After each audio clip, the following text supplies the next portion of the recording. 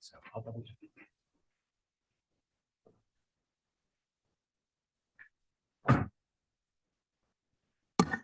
It's 4 o'clock, and this is the January 15th meeting, 2026 of the Board of Health.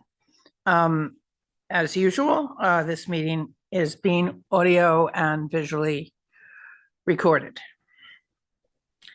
And we start, as always, with public comment about things that the public might want to comment on that are not on the agenda.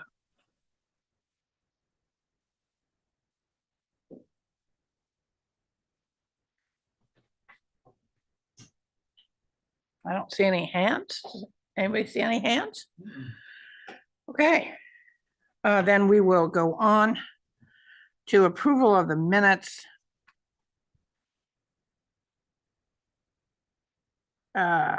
This is November 20th. Did we not have a meeting in December? You think it's We had a supposed meeting to December say- 18th. Check the packet, but I don't know that was been changed.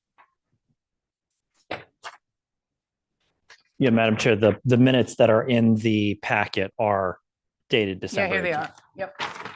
Here they are. It was just the wrong date on here. Anyway. Are there any comments, corrections, questions on the minutes from December 18th? December 18th.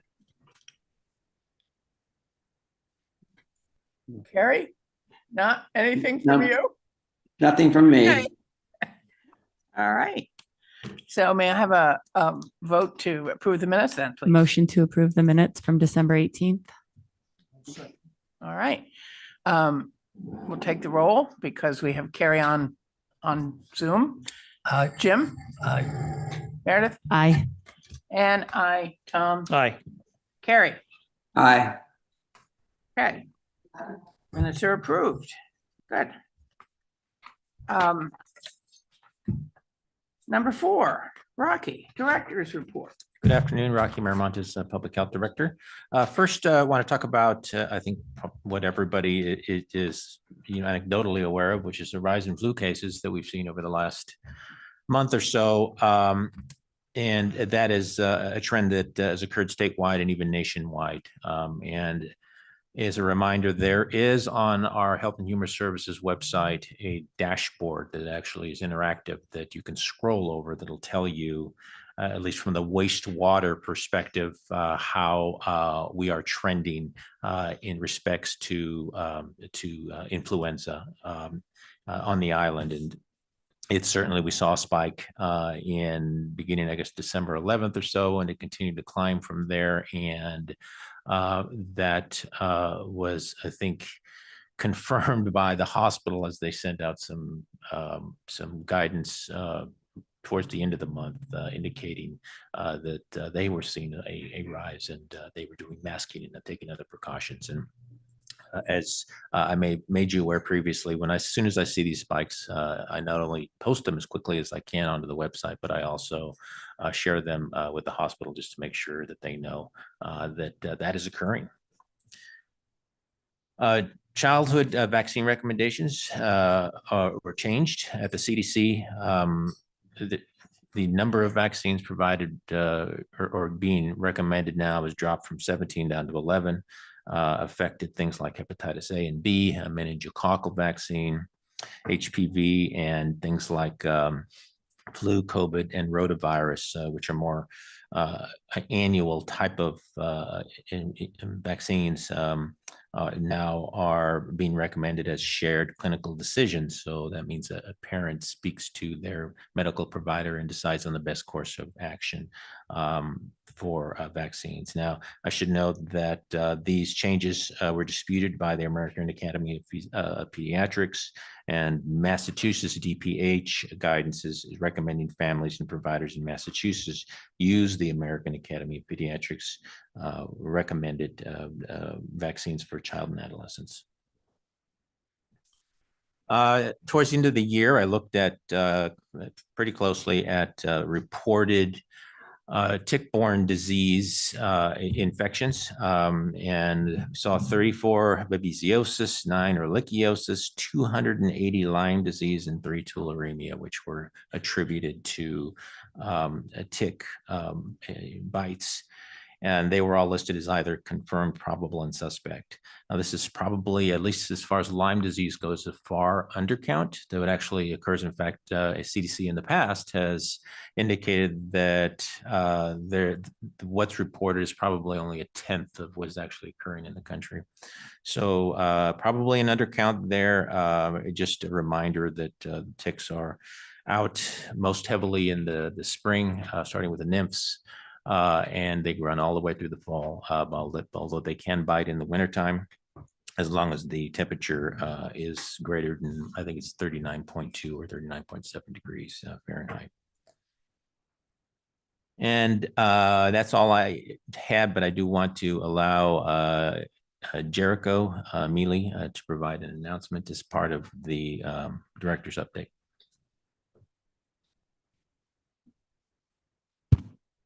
Hello, Jericho Mealy, Deputy Director, Health and Human Services. I'm giving an update on plans around discussion of the artificial turf field installation. The chair and I have worked out what we believe is a solid approach to discussing this, which is going to be a special meeting that will have representatives from the pro and anti side. The school council will present a case, and then Nantucket Land and Water will present a case.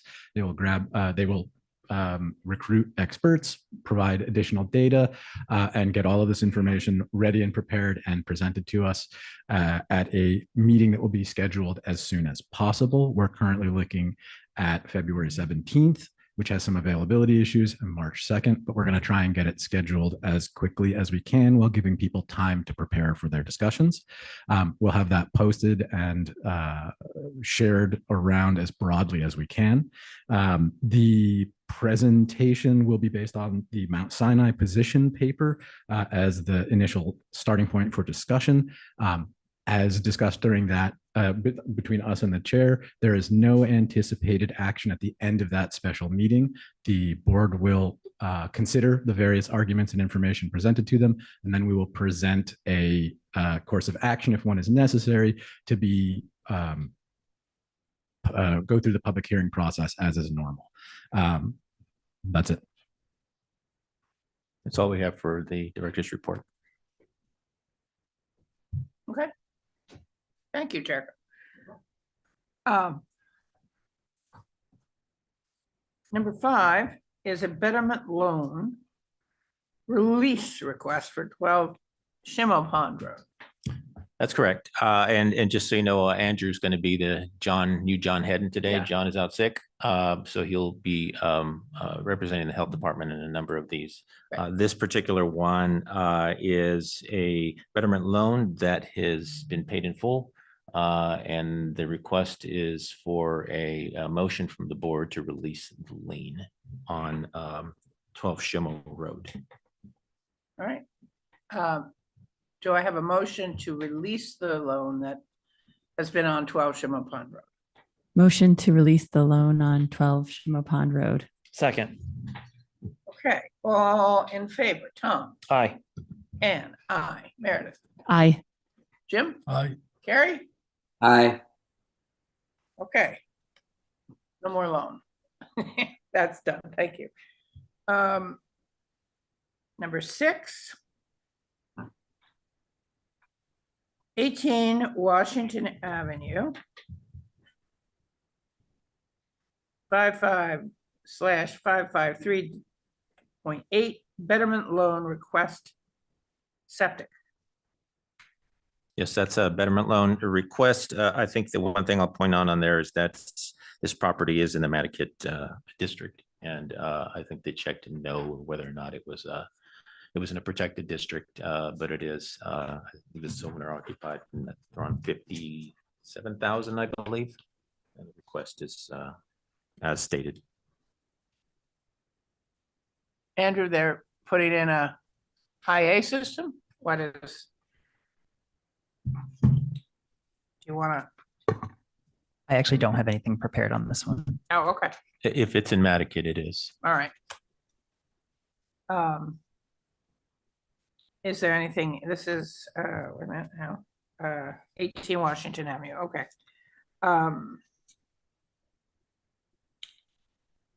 So it looks like there's a system failure here. And is there any, can we have a motion to approve this request for the loan? It would be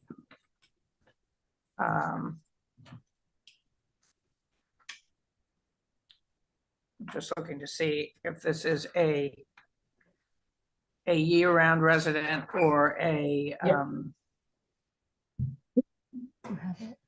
I have a hand up online, so I'm gonna pass it off to them if that's Okay, okay with great. you, Madam Chair. wonderful, thank you. Go ahead. Tamika, go ahead. Okay, it's Tamika Gary, and yes, Madam Chair, he Can is you a speak a little year-round- bit more into your whatever? Okay, sorry about that. Can you hear me now? Yeah, that's a little better. Okay, hold on. Let me do this one. Sorry. Yes, so he is a year-round resident. He showed us a copy of his driver's license. It's just he was informed a long time ago by the assessor's office to send his mail somewhere else off island because he wasn't getting his mail on time, on a timely manner. Oh, so that's But we why. do have a copy of his driver's license That's in why the there office. seems to I be a just North didn't want to Carolina include it in the packet because I feel that's personal information. Madam Chair, Yes, sir. this is actually my neighbor, so I don't have anything to do with it, but I do know them. And I believe this is his sister who's applying for it for him. She lives off island, so he in fact does live here.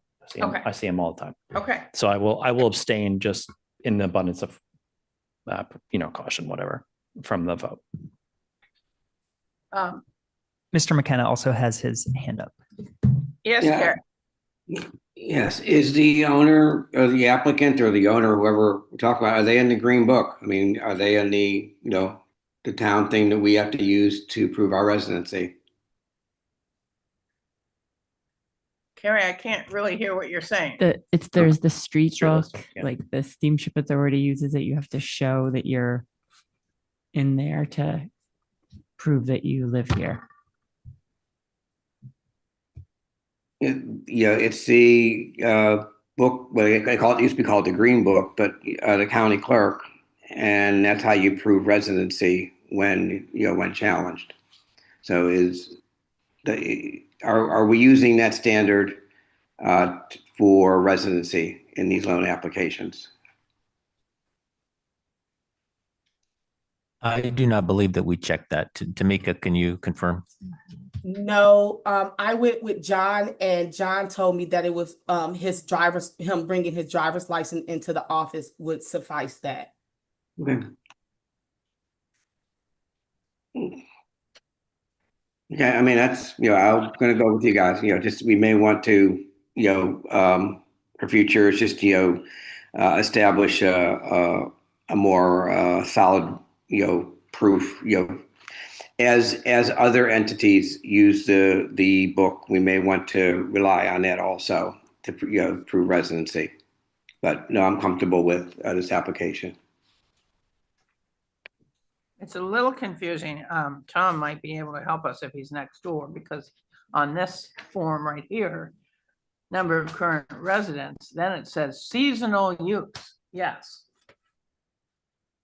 Now, maybe seasonal use is, anyway, I think what I'm hearing you say, Carrie, is in the future, you think that for future loan requests, we should verify using this book to make sure the person is actually a year-round resident? Yes, that's what I'm suggesting.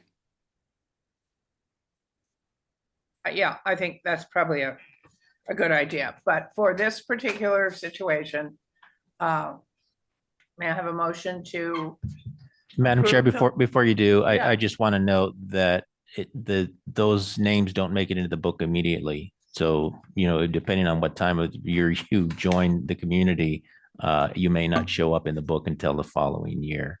So that's not always going to be 100% confirmation. But we can always ask questions then, just for further verification. I mean, I think the number of applications and the number of people, I think it will work probably 90% of the time. For the 10%, we just ask for additional ID or something. So just so that I understand, so that would be the confirmed way to do it, and in the absence of that, some secondary method, as in the driver's license, would suffice.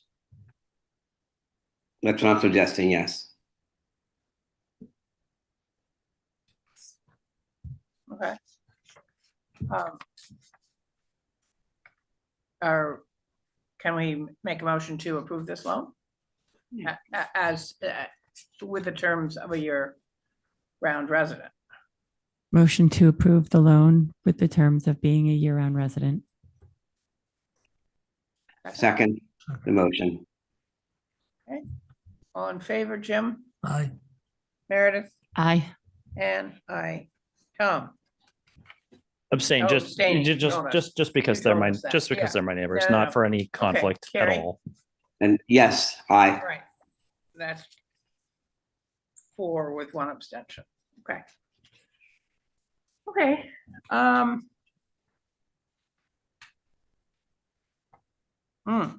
number 7 is 49 Paupus Road. This was continued from October.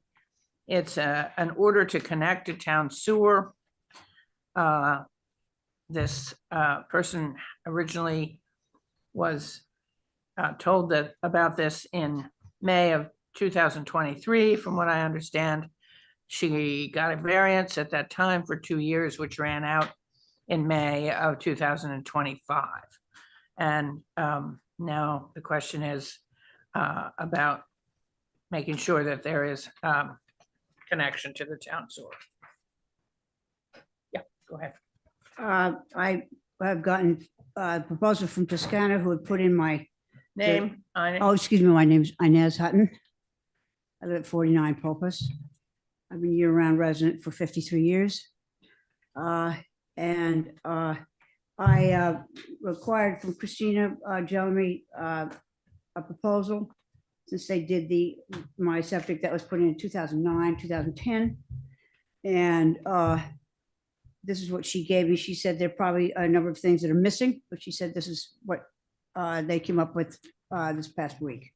And I also have included is the letter from Jeff Blackwell for $10,000, and the estimate from Toscana is $125,976.93. So that comes to, and I'm asking for that. I already have an enormous mortgage on my house. I'm on a very tight budget with whatever monies I have left to live on.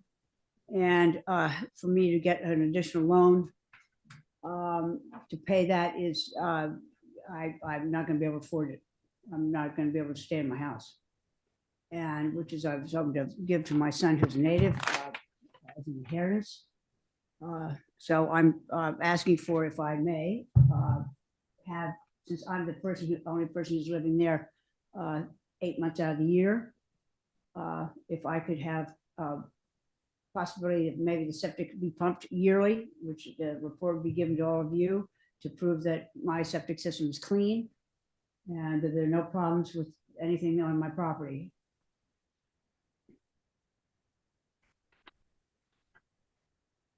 This is a very complicated and complex situation, we realize. We also realize that under chapter 332, article 2, it says that there should be no variance in an environmentally sensitive area. We also recognize that your budding neighbors who did not wish to connect to the sewer for their own personal reasons, eventually did so. So it's a little bit hard to think how to help you get around these obstacles. Well, there are 4 different families next door that are all pitched in to pay for the line going down to Pulpus Road, starting with Alan and Patty Myers, their daughter and son-in-law, and then you've got Carter Williams in front of them. So they at least they were able to divvy it up between all of them to pay for it. I myself don't have that opportunity, unfortunately.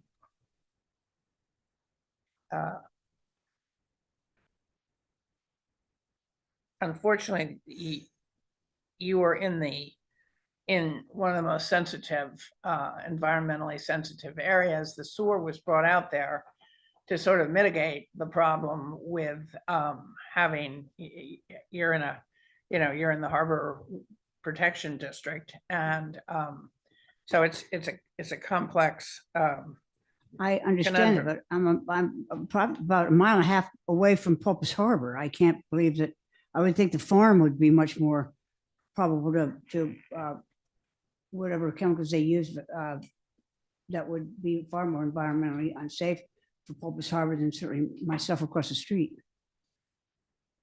Yeah, go ahead. That whole neighborhood from from your side of Pulpus all the way down, I understand had to hook up to sewer, correct? It only goes up to Moore's End Farm Road, which is right across the street from Gardner Road. But down to South Valley Road, Where's South Valley Road, excuse me. it's off of the road right before the farm. I don't know the name of that road. I don't know believe the the name. first I one. mean, that whole area had to, I guess what I'm saying is that whole area had to hook up, right? Yes. This was the only variance that John's not here to confirm, but Well, Andrew is I keep our water looking guy, around. and he's right here, so we can have him give us a little Sure. I tutorial mean, on this. Yeah. hi, Andrew Shapiro, Environmental Contamination Administrator. I can't speak to every single property in this area, but the regulations are clear that if the sewer does come in front of your home, you are required to tie in, and there are no variances to be granted in environmentally sensitive areas. The applicant did appear before the board in May 2023, and the motion was to require them to tie into the sewer by May 2025. I believe I came before the board for a request to reopen my commercial kitchen. And it was, I don't believe, maybe I totally misunderstood, but I didn't believe that there was a requirement for me to hook up to the sewer system by May 25th. I thought it was just primarily that I was given that time to be able to have my kitchen and everything else in progress, or have everything pumped and you had proof that everything was clean and ready to go. I've since then, I'm not going to have a commercial kitchen anymore. So that won't be a problem for any septic. It would just be primarily me living there. Madam Chair, I have a letter from Sean Reed to the applicant from September of this year that reads, the Board of Health granted a variance to the property to Town Regulation Chapter 332, which is the sewer tie-in regulation on May 18th, 2023, effective for a period of 2 years. Yes, that's as we Yeah. understood when, in October of 25, when Ms. Hutton came in front of us the last time, that there had been a variance for 2 years, which has expired. So I'm opening it to the board for their questions and comments. Jim? How far is it from your house to the sewer? To Publish Road, about 800 feet, 900 feet. Well, is there any chance that you could put a pump at your house and put in an ex-plumber, so I'm telling you this. You can put a pump in the basement of your house and pump it out to the street rather than have a 8-inch or a 6-inch sewer line, which would be minimal cost compared to what it would be to do it the other way. I, this is Tristan Coffin. Wait a minute. You have to come up and introduce yourself and My name's Tristram Coffin. My Inez is Daver. I'm further down the line. I'm closer to the road. It says here that she's going to have a Barnes duplex pump. I don't have the faintest idea what that means, but it sounds expensive. It sounds like something that's going to break down. And I have a question. State says my well has to be separated from my septic by 100 feet. If it's okay for me to be drinking that water within 100 feet of my septic, I do not understand what a mile and a half away has to do with the harbor. I also would like to suggest that the Girl Scout camp, don't want to bring them into it necessarily, but have had outhouses there since time immemorial. Are you going to force them to do something? I think there's a chance. The idea of having no exceptions to any rule is bad policy in my judgment. She lives alone. She is hardly using the septic system that she's got. And the distance is extraordinary. The expense is outrageous.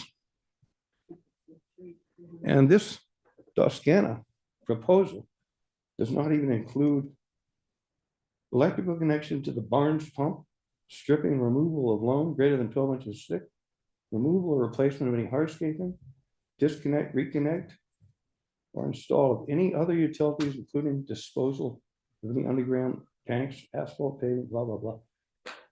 This does not even touch. I've been a contractor on this island for over 50 years. This does not touch the cost that's going to come in on. And the failure of this Barnes pump is going to lead to a nightmare. And I live further down the road, and I personally have no intent. I will take this to court if I'm forced to do something. Thank you. Don't need to be antagonistic. I would like an answer to that 100 feet problem.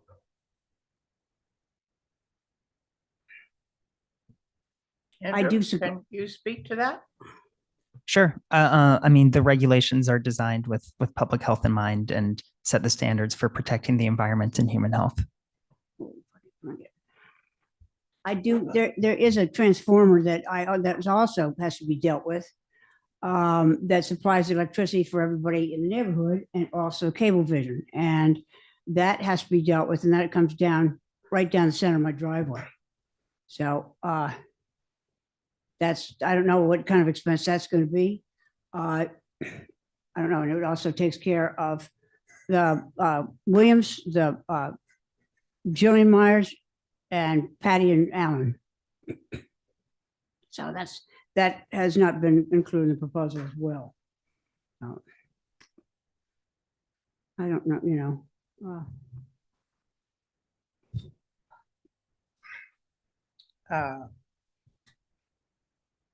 I think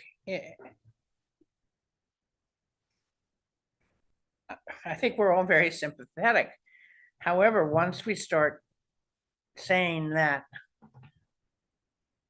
the regulations don't apply to everybody, we've gotten ourselves into a real jam. But even if the fact that I have to end up, if I can afford this and I have to end up selling my house, I mean, Yeah, excuse me, the circumstances are not similar. It's not like you've got a circle of people, all in the same distance, all joining up. This is an extraordinary circumstance.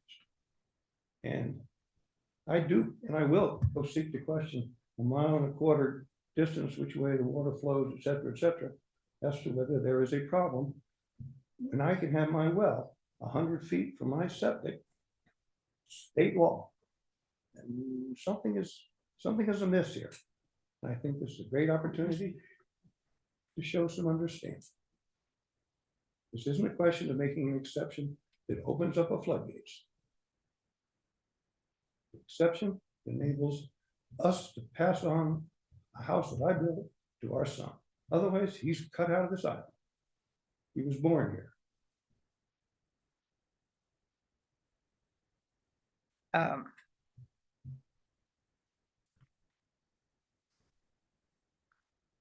Tom? Yeah, Madam Chair, I was just going to say, to Andrew's point before, the regulation is clear here. This is not, this is one of these cases why when we're serving on some of these boards that it's not fun at all, because it intersects policy with somebody's real life, and it's a tough one. But going through the file, and the last time that you were at this meeting, and looking at the regulations and taking into staff comments and my fellow board members, I don't see how we can, the regulation is completely clear on this. And I'm also worried about, I'm worried about precedent. We voted to put this Somerset Needs sewer on the warrant last night. And if we were to do something like this, I think, I don't know if floodgates is the right word, but it does set a precedent for other areas. So I'm a no vote on I'm a no on granting the variance, but with a lot of reservations. This is not an easy one. And so what am I supposed to do? And what is your objection to pumping out? Well, I don't have an objection to that. It's just the regulations are clear. It nullifies, it negates the fact that she even has it there. Instead of us pumping it 800 damn feet to the road, and then you all pumping it down next to the ocean to your septic tanks or your sewer beds out there, which is an environmentally sensitive area as well, I believe. And are you going to make an exception for the Girl Scout camp? Well, the regulation would be clear in this case too. In 332.11b, it's just clear in this area. Open your mind, sir. This is one of the most environmentally sensitive areas of Nantucket. It has been protected, and there have been regulations for this harbor district for a long time. This is not something that is new. And the issue is what is going into from a septic, a traditional septic system, what is going into the ground and eventually into the harbor. Am I right, Andrew? I mean, I'm not, a marine biologist, but I think that's the general idea. And I am quite sure that when that district was mapped out, there is a reason for the geographical inclusion. They didn't just pick a random area that would endanger the harbor.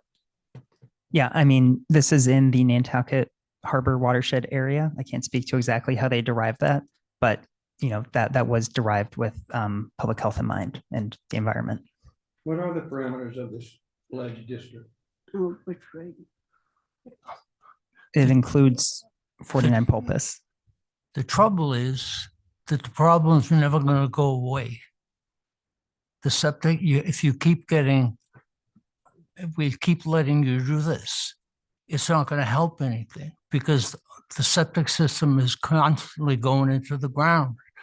And there is another way to do it. And you have to take that alternative. You got to get a pump, find a way to pump it out into the sewer. So you're suggesting what, for me to get a pump in my basement, okay? But is that going to take care of the apartment and well, the commercial kitchen isn't? Pump is in there. Okay. The So pump is included in Toscana's price, Pardon me? there's a pump. I believe. It says install a Barnes duplex pump. We were just shown the estimate from Toscana Right. about an hour ago. I understand that, and I apologize for that.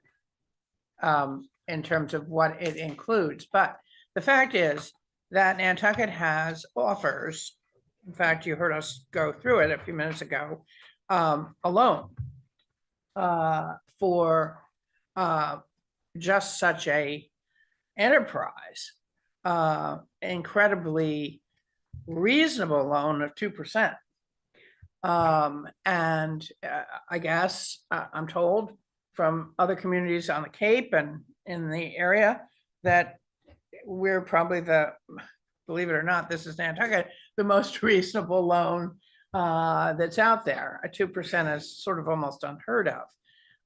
And so that is what we have I understand that, suggested Madam to Chair. everyone else. I understand that, Madam Chairman, but for me to add, which is probably going to be, I don't know, for all I know, it may add $1,000 to my monthly payment, which I can't afford right now. So I can barely I'm having problems making my mortgage payment as it is. I don't take vacations. I don't go out for dinner. I'm on a very tight budget. And this proposal is probably the minimum of what Toscana would come up with. As so said Christine of Jelmy. So to add on another $1,000 to $1,500 a month for me to pay is, I mean, and for me to have to turn around and sell my house that Tristan built in 1978. I mean, it's beyond. I don't understand what I'm supposed to do. Okay, if you all deny this, what am I supposed to do now in the near? I mean, are you going to? What have I got a month to get this together, or what are you going to do? It's just, I mean, my This is life the is just estimate. now.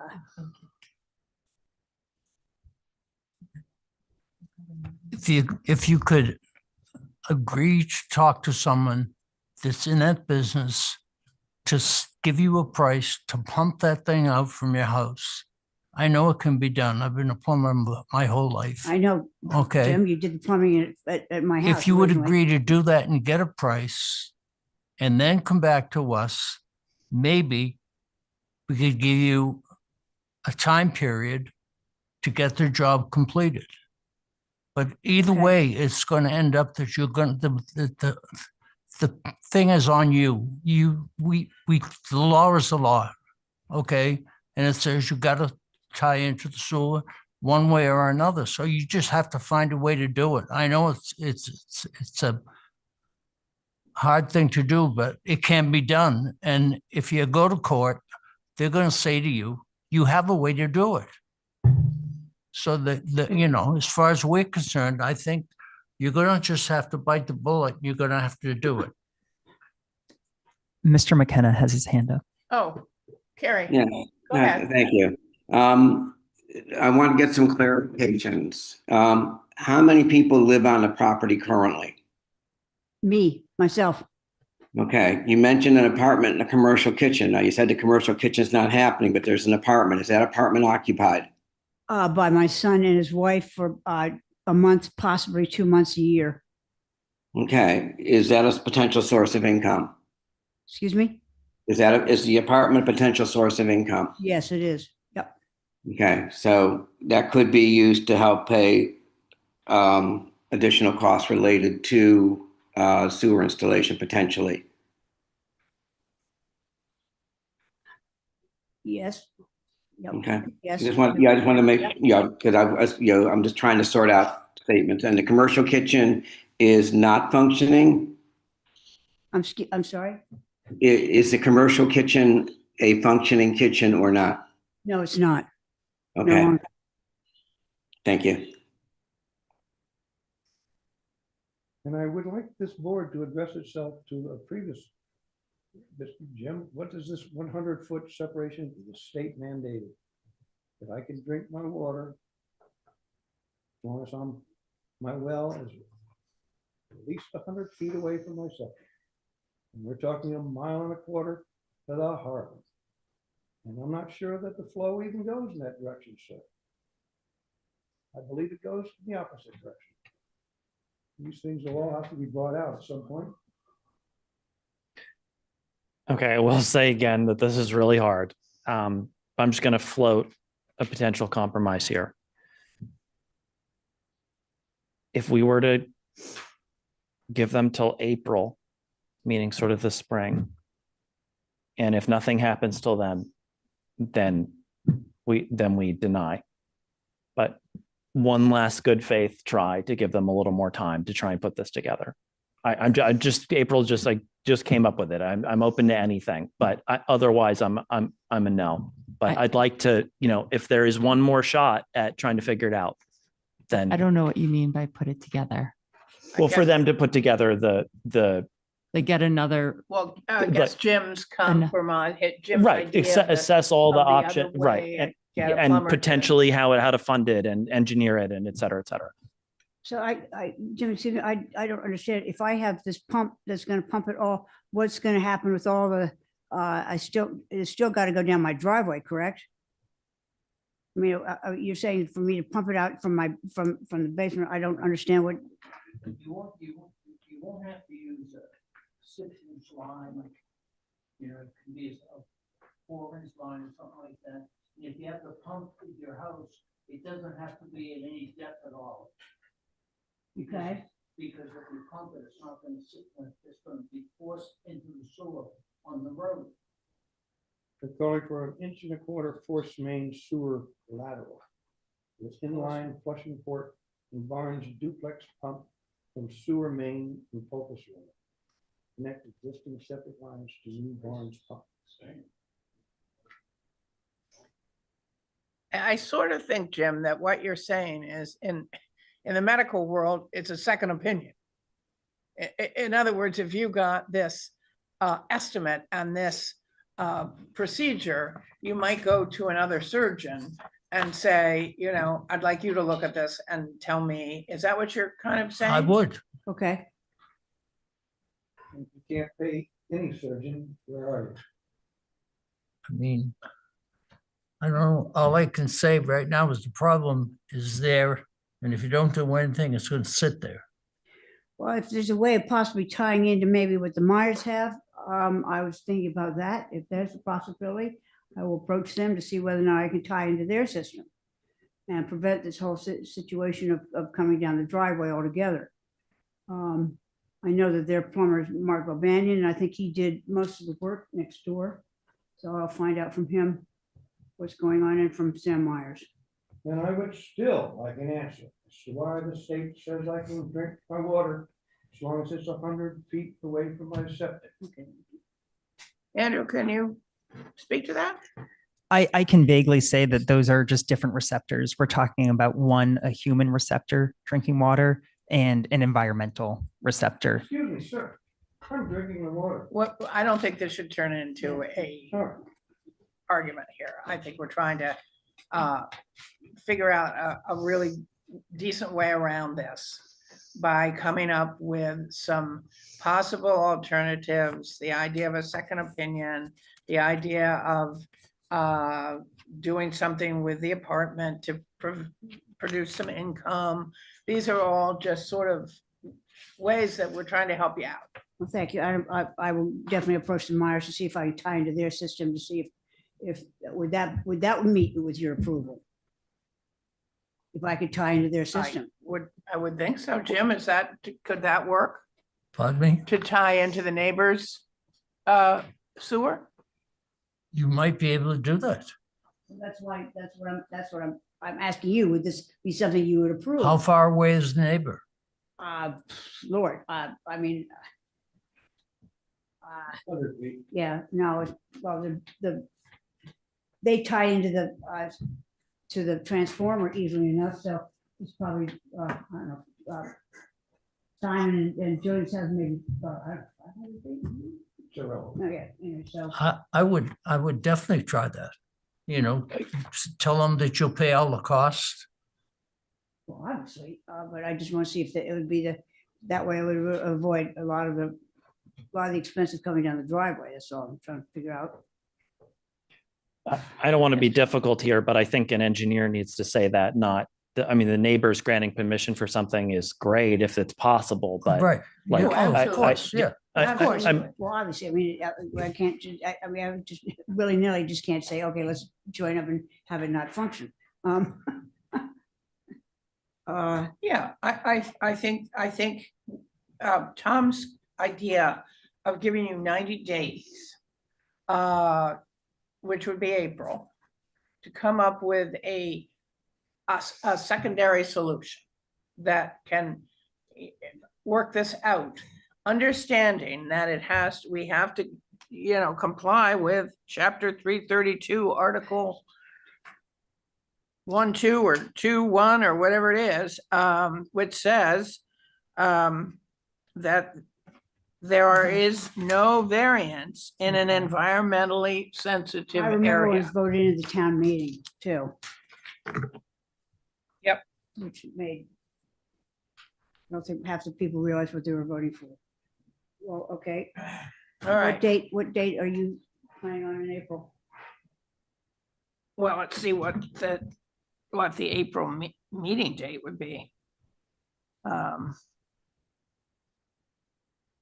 anybody see real quick? April? Third Thursday in April would be the 16th. April 16th. April 16th. Carrie, I'm sorry. Yeah, April 16th is what I have for the third Thursday in right. April. Good. Did you want to say something or you're just saying the 16th? Yeah, no. And again, I'm just going to go back to that, we don't have a lot of flexibility here, but she has an income producing department that, could potentially help offset the cost of a loan program, payment to the loan program. And I know it might mean that our son can't use it for the 2 months, but, we got to come up with a better solution than just saying we're going to ignore it. Okay, so let's make a motion on this that we will, Tom, you want to make the motion? Are you? Excuse me for a minute. Could I see a vote on the idea of just pumping out the septic on a regular basis? I don't, A definite no, Absolutely. due to the regulations. What regulations? The law, they voted in a Yeah. town meeting. This was chapter 332, article 2, connections to new and existing sanitary sewers. No variance shall be granted for environmentally sensitive areas or areas defined by the Nantucket Board of Health as groundwater or harbor and water bodies protection districts. If you are removing that which you object to on a regular basis before it, whatever time period you wish, before it gets into the field, I don't see, I'd like to have an explanation as to why that's not acceptable. Well, I think we're making a motion on what we're gonna do here, and are you ready to go, Tom, or you want somebody else to? Do you want to do it, Mary? I can. Sure, please do. So just making a motion that we will continue this until April to see if is a secondary way to handle this. Is that correct? I think we need to add that we would need to see something when they come to show that you've tried to, hire someone else or look at another thing, or like we said, hire someone to make sure it's legal. If you could tie into your neighbors, Okay. you've got to Okay. bring us something to look So, at yeah, because well, I would, I would, yep, I will bring more proposals. To look at alternate ways of getting this done and other opinions besides the company you went Texana, to. okay. Yeah, So a motion to Yes. continue this till the April April 16th. 16th meeting to allow time to explore alternative, secondary or alternative options for tying into sewer. Correct? I think so, correct, but I think that what Tom's original point is that on April 16th, it isn't gonna keep going another No, 90 days that- and another 90 days. That is going to be. So 90 days to explore an alternative way of tying into sewer. Correct. Otherwise, it is Otherwise, the, it will have to be, Sense of the Proposed board way. consensus that we deny the variance. right. okay. A second, Um, if that's Is clear to that a staff. motion? You made a motion? Yeah, I made a I'll motion. second that. Jim, Second, it. Yes. yes, Meredith, yes.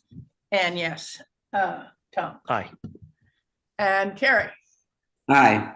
Okay, Where should I get some information as to this boundary line impacts the harbor? you mean what the Harbor Protection District is? Yeah, I like to see it on a map, and I like to see the printout of all the septics and all the sewer connections. You probably can call the sewer department, or you can also look online. They have all of the protection areas are all online on the GIS. The Land and Water Council also has a lot of that information on their website. Okay, thank you. Thank you.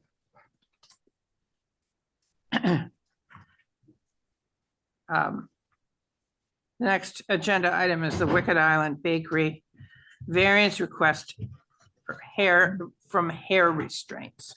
This has been continued since August. Hi. Yeah, this Hi. was at Tom's request that we had said that we were going to sit down and kind of have like a discussion about not a permanent variance, but just reclassifying and discussing the fact that our girls were servers and not needing to apply for the variance like year after year after year. So I had just emailed John and said, how do I make that happen? And he put me on the agenda. So I don't know if it's something that we schedule outside of this or if we do it right now so that's fine. Because the variance was approved, and then in the meeting, we had discussed that it was kind of beating a dead horse every year for me to come and discuss it, and the points that I had made for the girls being considered servers and what the servers in restaurants wear and things like that. So I guess the question has been all along and still continues to be, are they servers or, wait staff? Right. Or are they counter help?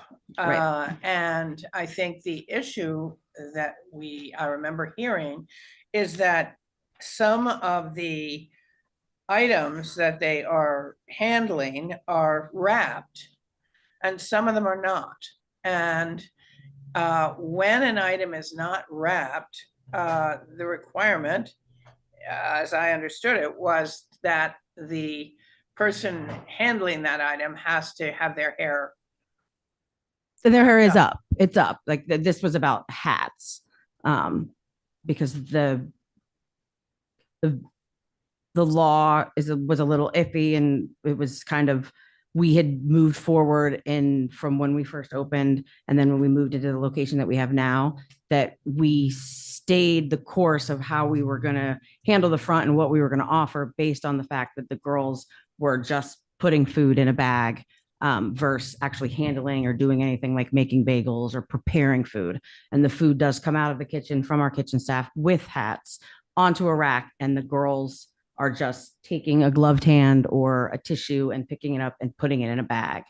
And that we pose less of a risk than a server in a restaurant who doesn't, I don't even think they have, I'm not sure, I didn't look all the way, but I don't think that they even have to have their hair up.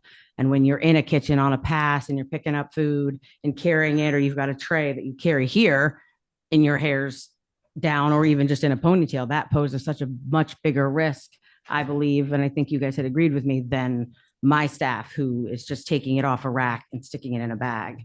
And then at that point, it's in a bag, it's protected, and it goes to the counter.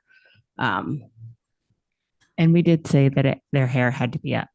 Yes, and In the the girls variance. wear their hair up. I guess I question what is wrong with having their hair covered.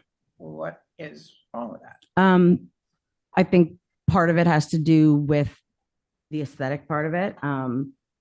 Just the fact that the girls, that wasn't a requirement when we hired them. It isn't something that I had in mind of the look for the staff that I have, to be out front and not have hats on, as well as just the heat in general, that it gets really hot in there. And like the kitchen staff, they've signed up to be in the kitchen. They've signed up that it's going to be hot. They've got a hat on. They're working and grinding in there. Our girls are out front. We do the best we can to keep it cool, but it gets hot. And when you've got a hat on, it tends to make it much worse. And I don't think anyone wants someone like sweating and handling your food. So, I think Tom referred to it earlier. We've referred to it on countless occasions, the issue of a precedent. The issue of how many other yous are there out there with counter people, and what is the requirement for them? And I have a real issue with forming precedents. I have a real issue. You all have heard me say this a lot of times, for what I call different strokes for different folks. And so I assume that the code says that someone serving counter items needs to have their hair covered. Is that correct? Andrew? If handling unwrapped food, yes. Handling unwrapped food. Yeah, Correct. whether it's with a gloved hand, whether it's with a tongs, whether it's with, yeah, okay. but I mentioned this when I was here in August also, the Commonwealth of Massachusetts also says that it does not apply to food employees such as counter staff, or wait staff, if they present a minimal risk of contaminating exposed food. And that's where I think that we fall, because our risk is so much lower than other establishments that meat and fish. They're making your bagel sandwiches. They're actively preparing food. And so I honestly believe, and felt that you also believed with me, that we posed a minimal risk. And then when you look at wait staff employee, a person including a waiter, waitress, bus staff, person in quick service, as part of a team of counter staff or any other counter employee who serves beverages and prepared foods directly to patrons, is what the state in the Commonwealth of Massachusetts lists in definition for counter staff and wait staff. So I guess I'm asking that we be considered wait staff technically, which also we're counter staff, but it's saying that counter staff is also considered wait staff. Madam Chair? Gary, you, Yes, yeah. My understanding was that at the August meeting that WICED staff would meet with health department staff and kind of hash out, are they, what are they servers or not? Did that meeting occur? No, that's what this is. I spoke with Mary and said, how do I make this meeting happen? And I emailed John and he put me on the agenda. So that is essentially what this is. So I thought we were going to kind of sit down, not publicly, but So Yeah, maybe I had the same understanding as you, that you and the health department staff would sit down and really look at definitions and possibly even be reobserved again to see what is happening there, and how does the current law as it is stated apply. All we're doing is rediscussing what we discussed in August, which is, are you or are you not? And we were hoping at better information. Right. for this meeting. And when I Yeah. reached out, like I said to John and said, how do we make this meeting happen? He said, come to the board meeting on. And he's not here today. And he's not here. So that's how I And not came here in and front of the board. Not throwing John under the bus, but Staff it's of the just health- that Of the health department, so. yeah. I'm sorry that you, We might I'm need sorry you. that you came all the way here because I feel like maybe this is something that should happen at the health department and not, Yeah. yeah. but you might have a better. Yeah, and I think, Andrew, do you want to go first? I think that she had spoken to John specifically about this. Yeah, I spoke to John, and his opinion was that the regulations are in place for a reason, to protect public health, and that the requirement to wear hats is fairly non-invasive. And of course, the board can have different opinions, but that was what I'm passing along from John. And I'll just add that we have, since I've been here, we haven't had any concerns around Wicked Bakery, and certainly they're a great outfit. I appreciate you. I love your morning buns. But you know, these rules are all applied uniformly across the island. There's, you know, if you don't apply them uniformly, then we may not have some place as great as Wicked Bakery, who is taking all, you know, the precautions that they can. You know, and I will say about the definition, to carry to your point, it's not clear. The staff disagrees that this would be a wait staff situation. But even the definitions online, we can't really find good definitions for them. I actually looked myself when this came up, and the only thing I found regarding would you become close to a definition was in the Massachusetts TIPS Act, where they did talk about what constituted wait staff. So it's not clearly defined. So I think that's the need for the variance. I think that's why we're coming here to discuss this. I don't know that a meeting is going to hash this out as you spoke. We're not going to come to an agreement because the staff doesn't agree. And I would like just, if we were prepared, if there was any preparation of food or anything, if the kitchen, if our waits or our servers or counter staff was in the kitchen, then I could understand the need for that. And I think that because we've operated for over 13 years where we've been, and I've had conversations with people in previous holding the Board of Health direct, like they all said, you're good, you know, as if they're just pouring soup, which is pretty much the only thing that our girls do, like you're covered. They don't need hats. They don't, and we've gone with that model. And then suddenly it became an issue. And then even with that issue going into effect, I think they said it was in 2018, when we redid our building and moved over, we said, okay, well, how does this affect us? What can we do? What can we change? Are we going to do bagels? Are we not? And they said, as long as you're just doing what you're doing, the girls are fine and nothing changes. So we stayed with that.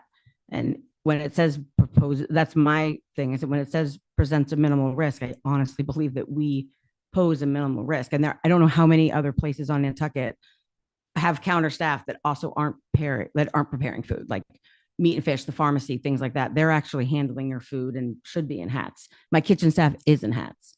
The girls have their hair up. And I just think we pose much minimal risk compared to a server that has a tray of food next to their head or they're in a pass and they're actively in the kitchen where food's being prepared. And that's not us. So, Madam Chair, I think this is going to require a variance, and I think one was granted back in Right. August for the year. And the point was that And to so- keep coming so back that- and not, exactly. Right. And so, you know, the health department's view, if you're going to continue to grant this variance, you know, I agree. It represents a minimal risk, but you know, part of in what you said regarding precedents, Madam Chair, you know, if we don't apply these rules uniformly across the island, then that potentially can create a problem. So it's really going to be up to the board, and I don't know that a separate meeting around what constitutes a wait staff is going to lead to a conclusion that is going to be clear. Well, I think Andrew just told us that John feels that their head should be covered, correct? Yes. Okay. So we're getting a little bit of different directions here. And so you're here in front of us to get more of a permanent variance. Right, because as we discussed in that meeting, it was, I was here in August and, it was, I can come back every year. We could do this every year, but I think Well, I think what's come up today is, should you have a variance at all? That really is, I think, the issue. Or does your wait staff, I mean, your counter staff come under the category of needing to have their heads covered? Could somebody explain to me what that means? What does it mean to have your head covered? What kind of a covering would be acceptable? I believe it's a hat or a hairnet, and So it likely could a be hat. baseball cap? Yeah. Oh. Okay. Any other discussion? Are we Yeah. ready? Yeah, I just, had a comment Gary? that Yeah. this seems, in some ways, because I think I've gone in there some, and I think some of the girls do wear baseball hats anyways. And, it's, I'm just wondering, is this more about vanity than it is regulation? Because if it's about vanity, I'm really, we're going to follow regulation ultimately. So, I guess the worst case scenario is you come back every year and we have our 10-minute production and you get a variance. And I guess the worst case scenario would be they got to wear a baseball hat while they're serving, which some of them do already. So I'm just kind of not sure exactly. We're going to try to follow regulation, and have it so it's applied evenly across all the vendors.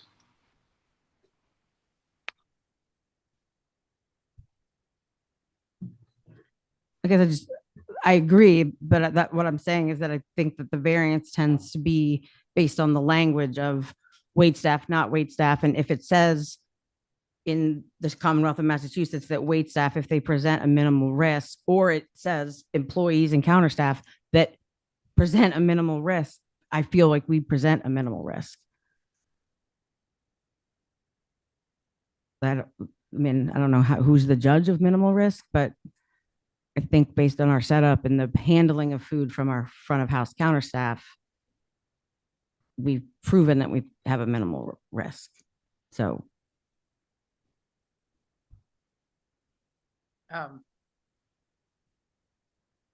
is there does any board member want to make a motion to try to solve this problem? Is a motion necessary? I mean, I think, there's no variance she has a variance in place right now. And the health department has, made it clear what they feel is appropriate. The board has expressed that we don't want to establish precedences, but is there really a motion here other than we are hoping to resolve the wait staff issue, server versus wait staff versus issue? How long does the variance go until? it's a 1 year. year. And it was in August? Yeah. Yes. Okay.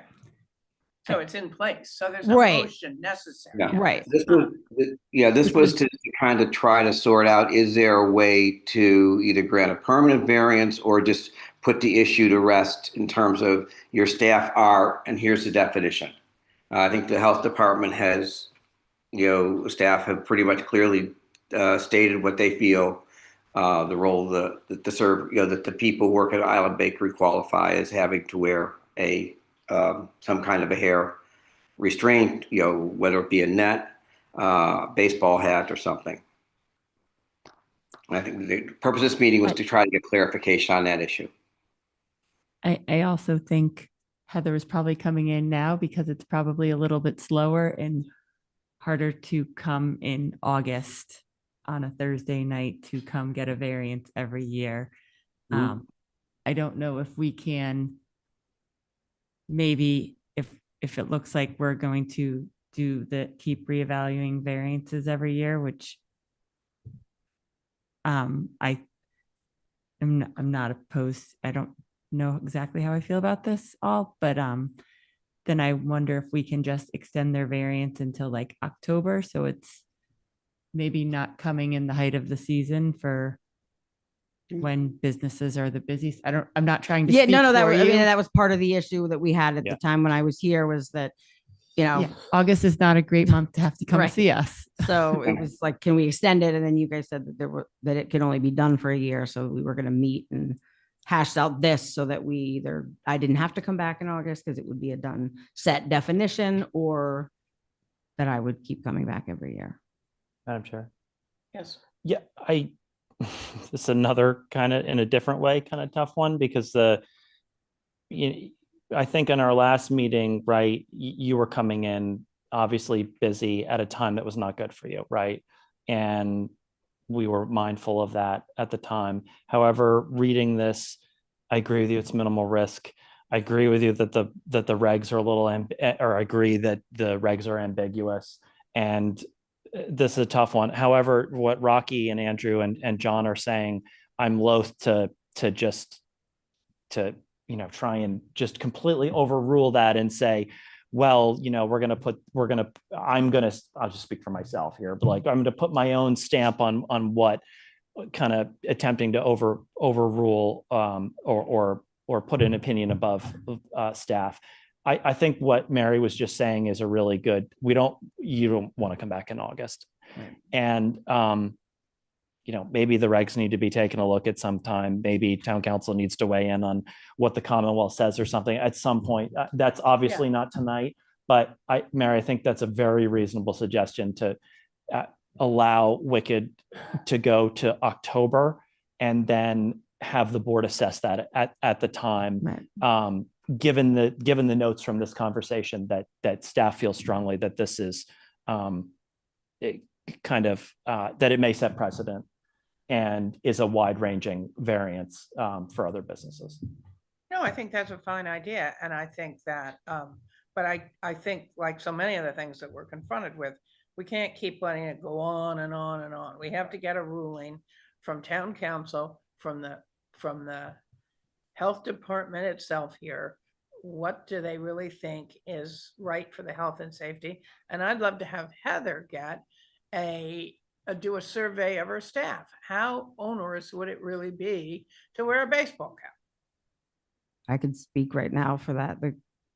They don't want to wear like, I have girls that work both in the front and in the back, and they wear hats in the back, but in the front, like, and it's not a vanity issue. I think part of it just has to do with the aesthetic that we've set up and the fact that we've operated for so long that suddenly it was like, oh, wait, now you need hats. And I was like, that has not been an issue ever. And having conversations with previous board and health members, it was only recently in the last 2 years that it became an issue. Nothing has changed. Nothing that we've done has changed. So for it suddenly to be like, oh, well, now you're classified as this, and now you need to wear hats. I was like, for the last 11 plus years, we've never had to. So what has changed? And the language and nothing has changed, but suddenly we're being classified and being required. So that's where I'm coming from, is that nothing changed in all the years. We didn't change how we handle food. We didn't change what the girls touch or any of that. They've always been required to have their hair up, just in general. Plus, again, it's hot. Like, I don't want anybody getting food in their hair. I want like my staff to handle everything with the utmost, care. And so suddenly for this change to come about 2 years ago, when nothing legally or in the law has changed, that was where I was just trying to get to the bottom of that, was like, what did change? And the answer was nothing. So if nothing's changed in all the 13 plus years that we've been in business, why suddenly in 2 years did that rule now affect us? If that makes sense. Like, Madam Chair, Gary. I hear you. I think one of the, nothing changed in terms of regulations, but I think one of the things that did change, and we've seen this throughout, I think, all the health department responsibilities, as we became more fully staffed, things that had, either slid by or just couldn't, just there wasn't the staff to pay attention to stuff. changed. I mean, I think we've had a bunch of stuff come before the board over the last couple of years where it's like, well, it wasn't caught before, but part of that was due to not being a fully staffed department. And I think that's one of the things that's changed and causing kind of these kind of issues to come before us now. The only thing that I would disagree with was that I had a conversation with Roberto, who's not like with other people on the board that said that we were within our right or to not wear hats. So when the board that's telling me I have to wear hats now told me I didn't have to and nothing's changed, it wasn't that things were slipping through the cracks. It was that we were told one thing and now we're being told something else. I'm sure. Yeah, I'm completely sympathetic to that. I guess overriding all that for us is that we treat every business exactly the same. Right. So unfortunately, this might be sort of the beta test for that, at least coming to for a variance, but like that principle trumps everything. So it's unfortunate.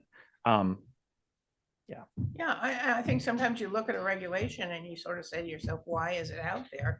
And you realize that it's out there for a very important purpose. And maybe actually it's been overlooked and not in the right way. So I think that what we have to do between now and October, is that what you're thinking of, Mary? I just picked October because it's when it's quieter. I don't know if that I works for appreciate you. Yeah, October, we've got to get some resolutions, not only for Wicked, but for every place on this island that has counter staff that may be handling with their gloved hands, with the tongues, with a something or other, unwrapped food. And it will not be, you will not be singled out. No. Does that work? Does that need a motion? I don't think so. Oh, we want to extend the variance until October.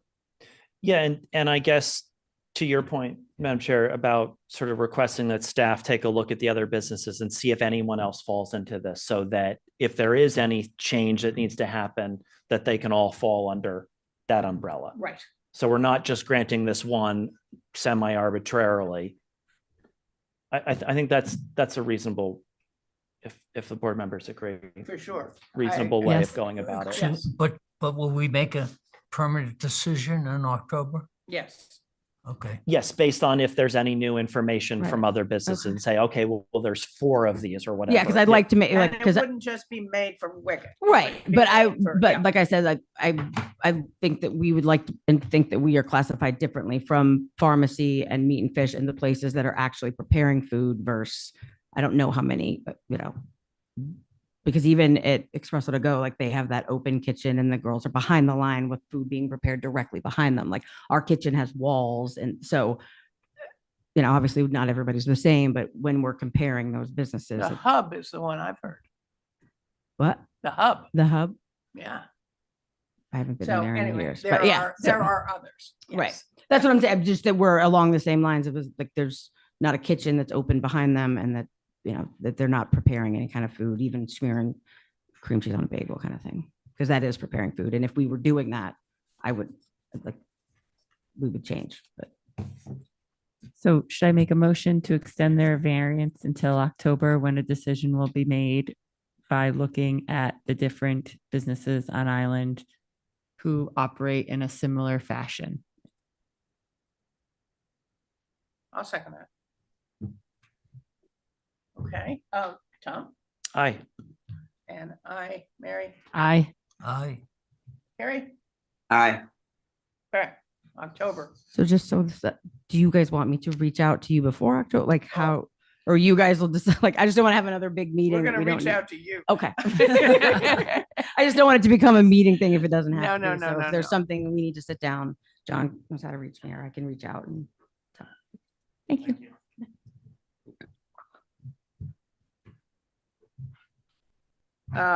Number 9. Oh, this is an interesting one. Request for temporary housing for the circus, July 20th through July 27th. Seeking written approval from the Board of Health. This is coming from Mariah Mitchell. Hi, Hi, how are you? Good. Good. My name's Joanna Roach. I'm the executive director of the Mariah Mitchell Association, and we are trying to do something different this year for our fundraising. And one of the things we are looking at, or the thing we're looking at, is bringing a circus to Nantucket. And we have done extensive research on this. We know that it's happened before. We get ahead of anyone, there's no animals. That's against the law in Massachusetts. So that's not part of this. But it does involve people, and 25 people would come with their equipment. It's a self-contained circus setup. We visited it in Florida earlier or late last year and reviewed it and really saw that they did an excellent job with their setup. And so we are pursuing a permit for this at Tom Nevers Field. We've been working with Chantal at the office, at her office, and also with the Parks and Rec. And we knew that we needed to have a stop here, but we're in the place where we need to contract with the circus. So we need to make sure that we can get all of our ducks in the row before we put down deposits and start selling tickets. So they need to get a variance so that they can sleep at Tom Nevers Field in their RVs, which are all contained, and would come over here, and they'd be here for approximately a week. And most of the reason for that is security. Joanna, hi. Are Parks and Rec and Culture and Tourism okay with this idea? Yes. Based on, okay. Yes. And Chantal has her hand up. Yeah, go ahead. Chantal, you should be able to unmute now.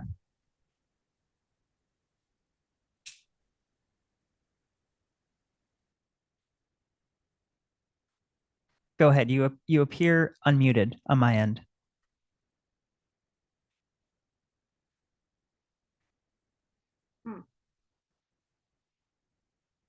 I don't know. Andrew. Chantal, give it one more try. How about now? Oh, good. Sounds great. Yay, technology, I tell you. Thank you. I was saying that we've been working with Mariah Mitchell Association. They brought this idea to us last fall. We spoke to public safety about it. We are in support of them exploring this. In our conversation last week, we suggested that they come see all of you for that variance, as they do need to contract. We understand that it is a safety issue, a security issue, for why the circus representatives want to stay with their vehicles and near their equipment. Bringing a circus to Nantucket is quite involved, especially a circus from out of state. So we'll be working with them very closely and alongside the state to get the necessary licenses to ensure that this is being done in a safe way. Thank you. Can I ask a question? You said that no gray water or black water would be dumped, but what are they going to do for a week? A week is a long time. I have been in an Yes. RV for a week, Yes. and that produces a lot of gray and black water. Yes. So my concern believe is, that they're going to bring. Yeah, I believe they bring their own extra tanks. so will they have things to, I just don't know how many, it's 25 people, Mhm. and how many, is there water out there? I don't, Yes, there's water there. so they can Yes, use, they can get fresh water. Yes, there's two That- hookups for that. Yes. and they, if needed, could offload their gray or black water and take it to the What sewer. from what we I don't know how. I understand. From what we understand, the black water is not an issue at all. They won't need to unload that at all. If they did need to unload gray water, they could potentially do that here, but they also have brought their own additional tanks so that they can switch them out, and then they'll leave with them. So they would come with what they come with, empty. and So they they'll would leave. pack in and pack out. Yes. Yes. Concept of That- camping. It, Yes. I have lived in a Yes. trailer Yes. with 5 people and Yes. for a week, and it just produces a lot. And Yeah. I bet they know how. That would be my question, Yeah. is like, It was our question too. what Mhm. happens to all of that? Are Mhm. there bathrooms out there? Would you guys have bathrooms out We there? will be renting porta potties. So there'll be porta potties out there the Yes. whole week for them. Yes. Okay. Yes. That makes me feel better. Yes. I have a Charity Benz online. I'm going to allow her to talk. Go ahead, Charity. Along the lines of what Mary was talking about, I do think that we have a rule on Nantucket that campers are prohibited, and having a van or a vehicle that I've converted, that's a lot of time for a lot of people. And we have been fleeced before in terms of commitments that are made by movie producers and things like that. So I just hope that whatever you do, you get everything in writing and reviewed by town council. Thank you. I'm confident, when we went and inspected the circus, and they have performed in 40 states for the last 14 years, they have a spotless record. Their setup was immaculate. We were frankly expecting to not be impressed, and we were very impressed. It was spotless and well set up and well done, or we wouldn't be trying to bring it to Nantucket. I think Charity makes a great point. I also know that there is a precedent for this because the circus has come to Nantucket before, and has had some sort of housing variance. Yeah. I will say that the state housing code requires temporary housing, which is what they're asking for, to be approved by the Board of Health, which is exactly why they're here today. And the staff recommendation is to approve their request. If there are concerns, the health department is available to do an inspection. That's what I had a conversation this morning with John Haddon, and he recommended that we put into this approval that there would be a Department of Health inspection of it, and that we think in some way in our wording. His worry is, and it was an interesting thing he said, what's to prevent every person coming over from the mainland to do a job, to bring an RV and plunk it down in somebody's yard, and instead of going back and forth on the boat, sort of take up residence. And he was worried that it could become a really big, almost unmanageable situation. So I'd like your thoughts of how we would word this so that this is a variance for this very specific one time, I guess. Sure. I mean, I think that makes sense. I mean, I think this sort of falls under community entertainment, right? Not any type of a job, right? And it's for a nonprofit. Well, that's what I was going to say. Yeah. It's going to be a charity for you guys, right? Correct. Yeah. But the performances will be open to the public. Mhm. Yes. So I think putting in the variance language that it is a variance for the dates. 20th I'm to assuming you have the 27th. date. Yeah. Yeah. 20th to 27th I of couldn't July. remember. Yeah. So for those dates for that spot and that For there, that use. for the specific use. Yeah. And that the, well, do you want me to just say it? Yeah, go ahead. So a variance for Mariah Mitchell to bring a circus to Tom Nevers Field using trailers that can only be there from July 20th to the 27th. And the what? 27th. 20th to 27th. And can only those trailers are allowed there.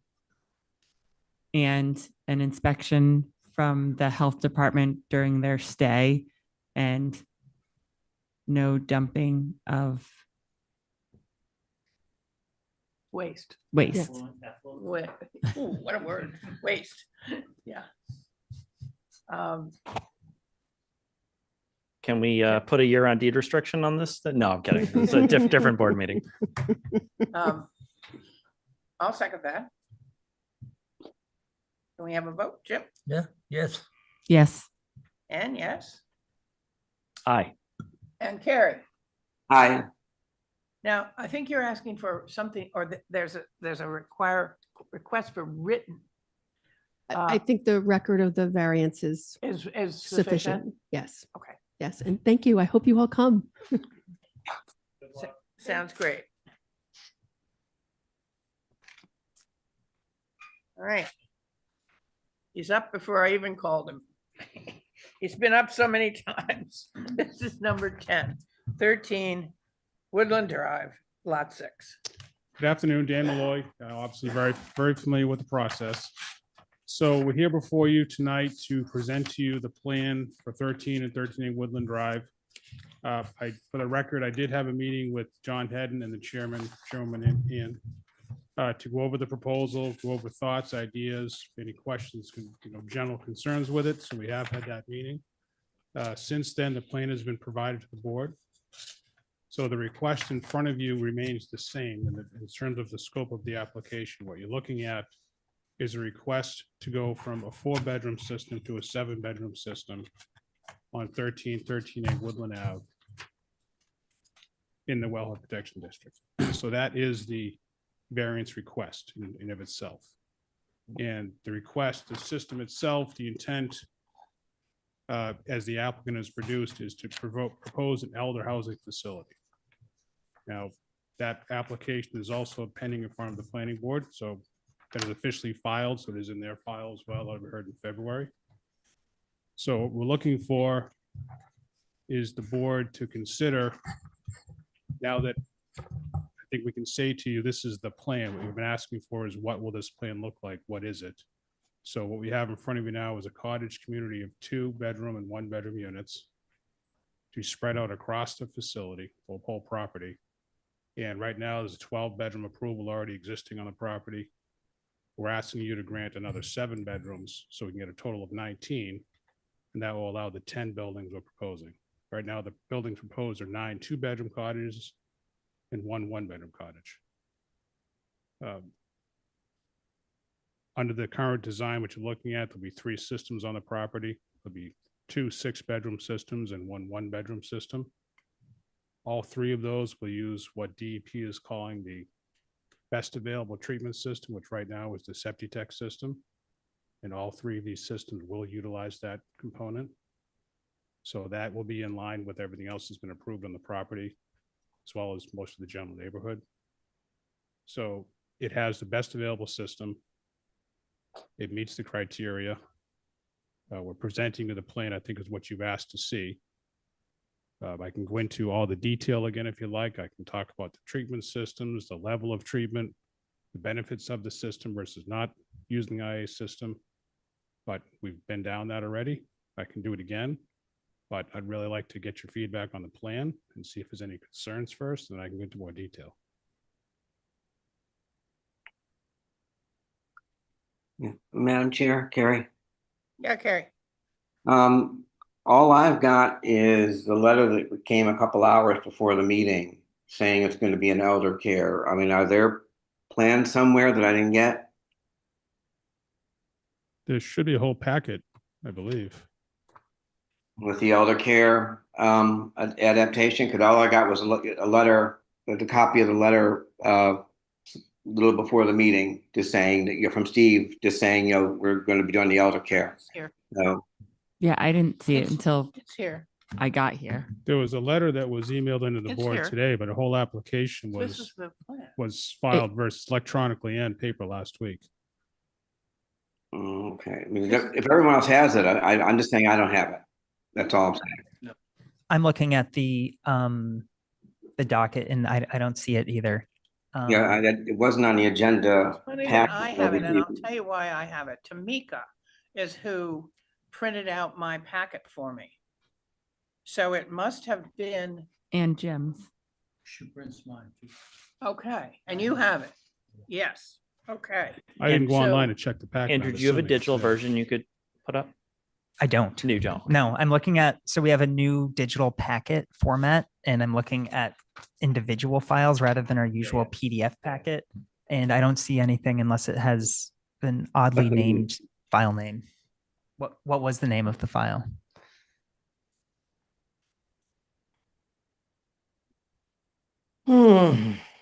Just bear, I'm just going to pull up the file that we sent in. I can certainly just make sure we're looking at the same thing here.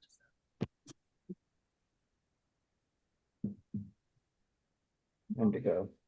Yeah.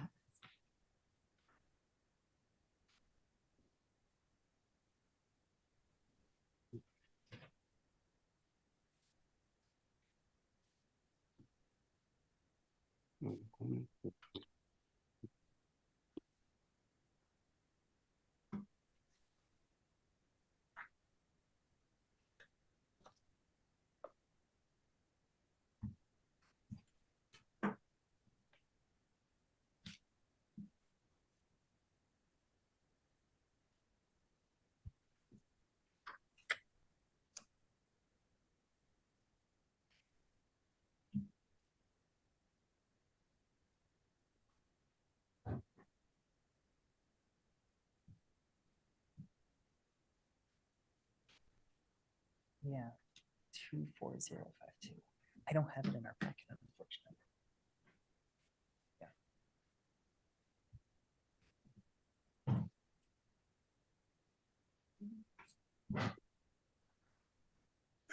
So I guess,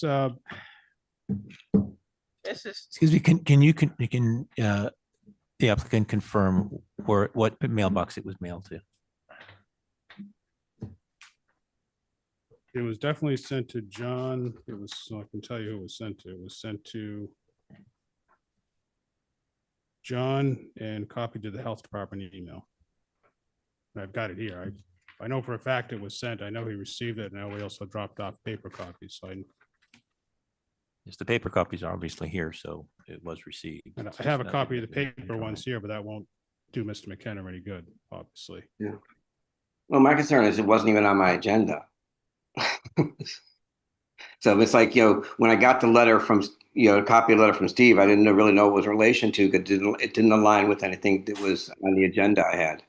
So I'm more concerned, it's almost more of a, is it on the agenda officially? It's not, that wasn't on mine. it's not on your agenda, the discussion? The agenda and the packet, I had the, Number 10. Madam Chair, Mm-hmm. the agenda that is on the town's website was posted on January 12th, Mm-hmm. and it does have it as number 10. Mm-hmm. So Okay. on the digital packet, there might have been an older version that some of us were looking at, Okay. and I downloaded it several days ago. So let's see if it. So it's on, I found the updated agenda. It's there, so that's good. So, the question is, did everyone else get to support it? Did everyone else get the packet? I can listen well and everything. Did everyone else have the packet that goes with item number 10? We don't, Carrie. And that's Only two of us do, Jim No. and I do. Yeah, and that's my concern, is that, the type of discussion we're going to have, given the incomplete information. That's all my concern. It's on the agenda. It's on the updated agenda. I hadn't looked at that. That's on me.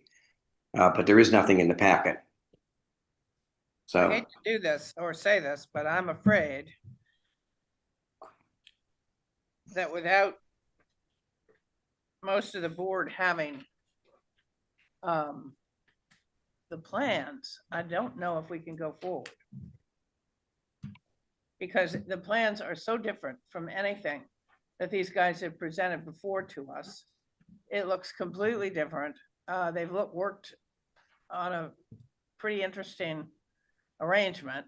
And it would be nice for everybody to be able to see it.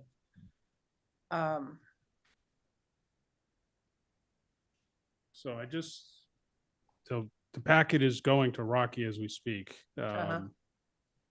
The question I'm going to ask, if he's able to receive that and he can get it up on the screen, is that something we can discuss? I mean, we went through a large effort to try to get here to show you this. I'd at least like the attempt to see it and get some feedback. I'd love to actually take this to a vote, but if you're not like to at least start the process since we've gotten to this stage. I sent it to Andrew, who should be able to pull it up on screen, and I can send it via email to Carrie if you're looking at your computer, Carrie. Yeah. Let me jump Are over. you wanting to speak? Yes, sorry, Will Arsenal on behalf of the Nantucket Land and Water Council with respect to Mr. Malloy. I wouldn't be upset about a discussion, but if the plans are significantly different than the last ones, which were in the November packet, I believe, we would like a chance to review them as the public and make comment before there was a vote taken. They're significantly different.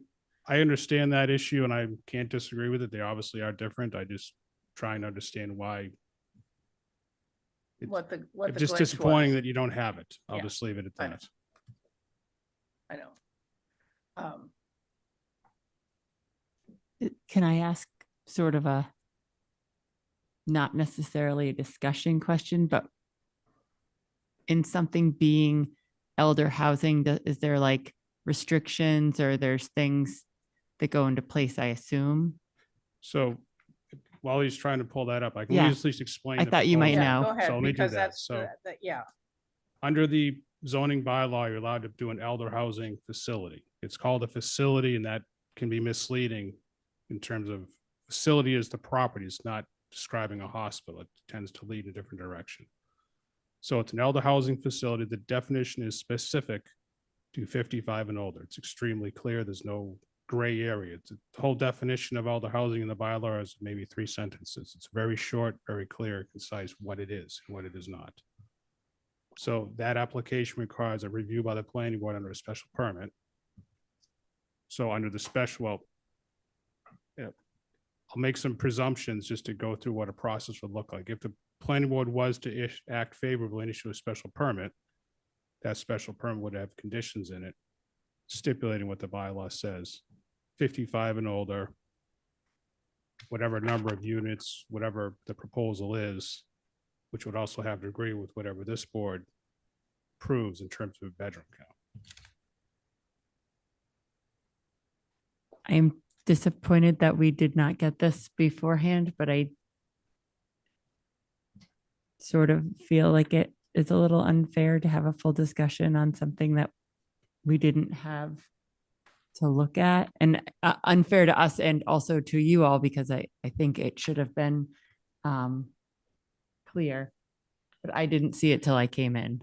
Well, I guess what I would ask, I understand the inability to vote. The public has not seen this. If that's the case, I'm not going to argue that point. But I think it's okay if you at least are able to look at it. Maybe this is your first time seeing this. So you can at least give a first reaction.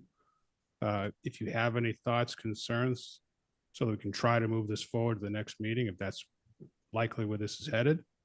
So what you're going to see on one of the, is there a plan in there?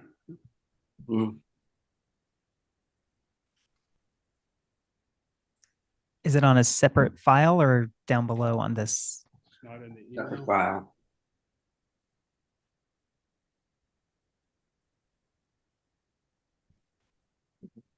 What's it say on the top of that thing?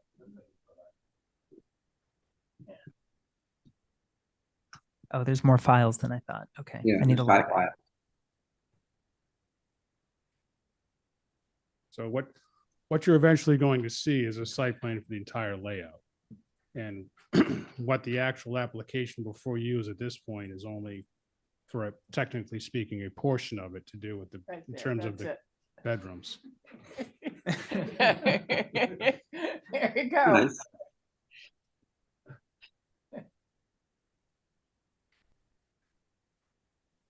I'll need another couple minutes to pull it up.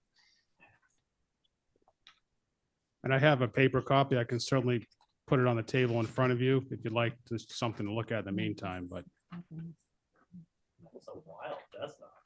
Yeah, don't you think that's quite a? There are, two of us have one, Dan. Okay. Two of us have a paper copy. I've got a larger copy, I mean, full size. Hello. For me to look at. About Leslie's response. Who's that? Hot mic. I muted it.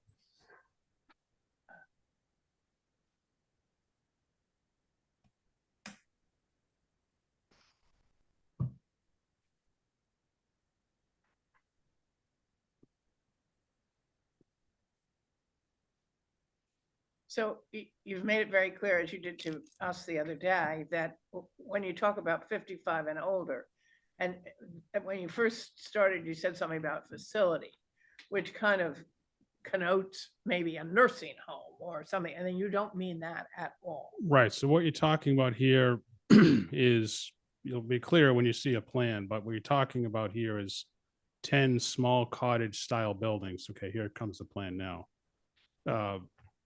So in essence, when you see this on paper, it almost looks like a typical cul-de-sac subdivision. If you can envision the dozens you've seen before. Oh, that's good, Andrew. It's not an actual. All right, so so it's not an actual subdivision in this case. It looks like one because of the road is shaped. So you have a road up the middle. You have 10 buildings clustered around the road. They're all individual cottages. Like I said, there's 9 2-bedrooms and one bedroom unit for a total of 19 bedrooms. You'll see 3 different systems proposed on there. And the way it works, again, they're all 55 and older. That would be restricted as part of any permit by the planning board, because that's what the zoning bylaw says. It's very clear on that. So you're not talking about a nursing facility or an elder care facility. It's essentially just a smaller house for someone 55 and older to live in, with the intent of it being a very small cottage style, more of a older, accessible type single story with the ability for ramps, either no steps or only 1 or 2 steps to get in. So if someone is older, they have the ability to use it. It's not something that has to get retrofitted. So like I said, it's the 55 and older. It fits, it works. It works within the confines of the property that we have here. It works from a septic standpoint, and I think it works well in the neighborhood. So does that give you a general overview of what we're looking at? Dan, can you explain, as you did to us, where the septic units are? And then you told us that a few would be built initially, and then it would continue. Okay, so if you're looking at the plan, the bottom right-hand corner, you'll see a large gray rectangle. That's the first leaching field. With that leaching field is set up to service the buildings right above it. I think there's 3 of them directly above it, which will service. Those 3 units have their own tank system. There's their own septic tank treatment unit that goes to that septic system leach field. So what we're expecting when this thing gets built, it will get built in terms of structure standpoint, likely in some type of a phase where you'll put in 3 buildings, build a septic system, put in 3 buildings, build a septic system, and so on and so forth. So the intent was when we did this to put it together in pieces rather than have one enormous 19-bedroom septic system. You have 3 smaller ones. It makes it more feasible to construct this thing, maintain it, and use it. So 6-bedroom system in the bottom right-hand corner. On the left corner, there's another 6-bedroom system right there. Again, that services the 3 buildings right above it. And then there's 4 buildings right around the circle on the top, and those go to a septic system all the way to the right. So each cluster of buildings has its own set of septic tanks, its own treatment unit, its own leaching field. So they can operate independently. So you have smaller systems, it's easier to maintain.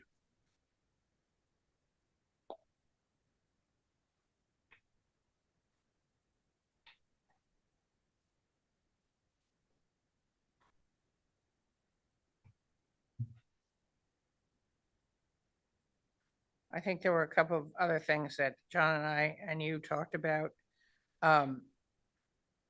We talked about writing in that it would be the best available septic technology, that IA technology that is available. Correct. So the You would regulation, use the best. And if in the course of building, a better one came along than what you had initially used, you would be able to go over to that.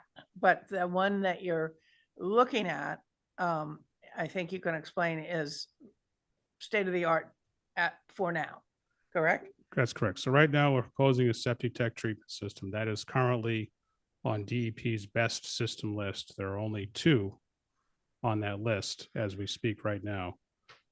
So we're proposing that system, and we had talked about sticking with best available systems, and that's what this is in this case.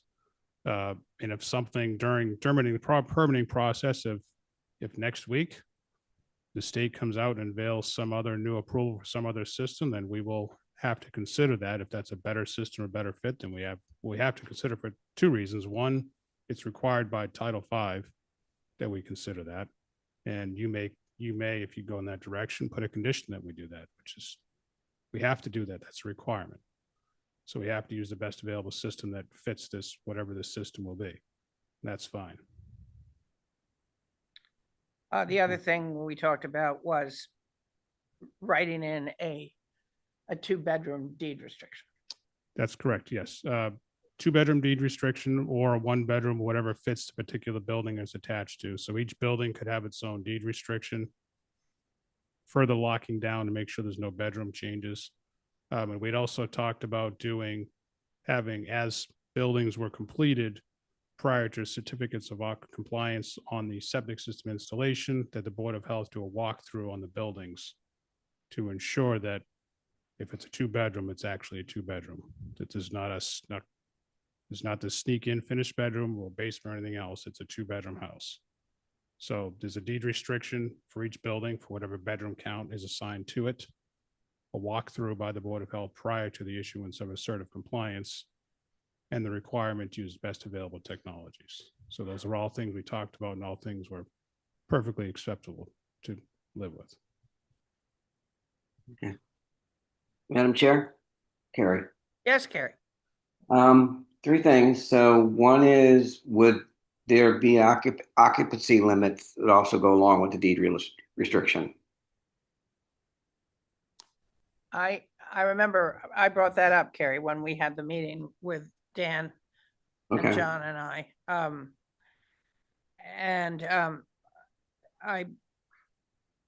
I believe that is not the Board of Health. That's the building department. Is that right, Dan and Andrew and everybody? That's what John had said. That would be a building regulation stipulation, and given the size of these buildings, these are all 900 square foot buildings, and they're going to have, depending on the layout, it's either going to be 1 or 2 bedrooms. There will also be some type of association to police it. So I'm not sure. Well, 2 things. One, I'm not sure, given the size of these buildings, that an overcrowding scenario where it's 55 and older is a likely outcome. And I'm not sure, other than a building permit saying this is only able to, like a typical house, there's no, when you get a building permit for a house, there's no stipulation on the number of occupants. I'm just not sure how that would be enforced, how that would, I'm not necessarily against it, but I'm not sure how you would pursue that. Next question is the issue between, we spent a lot of time, I think at the last meeting, talking about the relationship between lots 5 and 6. Looks like most of the buildings are on lot 5, with some of the septic, being on lot 6. Are these lots officially joined together now in one, or are we still in that status where it seemed like it wasn't? I mean, what is the status of lots 5 and 6? So if this proposal moves forward, the properties would be considered merged as one big lot. So there would no longer be a 5 and 6. It would just be lot 5 or whatever designation it's given. It would be one contiguous parcel. Okay. And so that kind of gets to my last question. It's like, how much of the legal stuff is set up that this plan will happen? Lots of 5 and 6 will be merged if approved. An HOA will be set up, I'm assuming, if approved. I think, at least personally, that I would want to know that the plan wouldn't positively change or something's going to happen again. Because this is like the 3rd or 4th plan we've had. You guys have been responsive, so I'm not knocking that at all. But, again, we got this information, and a letter from Steve an hour before the meeting. This wasn't in the packet. So I want to know, are all the legal things in place that if we're approved, this is the plan that's going to happen? So that's That's a question that is bigger, I think, than we can, than this board can answer, I guess. So what you could do if the board goes along with this is approve the variance for the septic. We'll also be in front of the planning board for a special permit.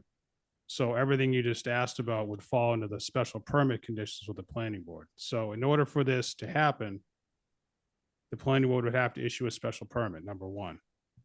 The merging of the lots would have to happen by definition because we couldn't build this the way it's shown with the property line going through it. So it has to be considered one contiguous property.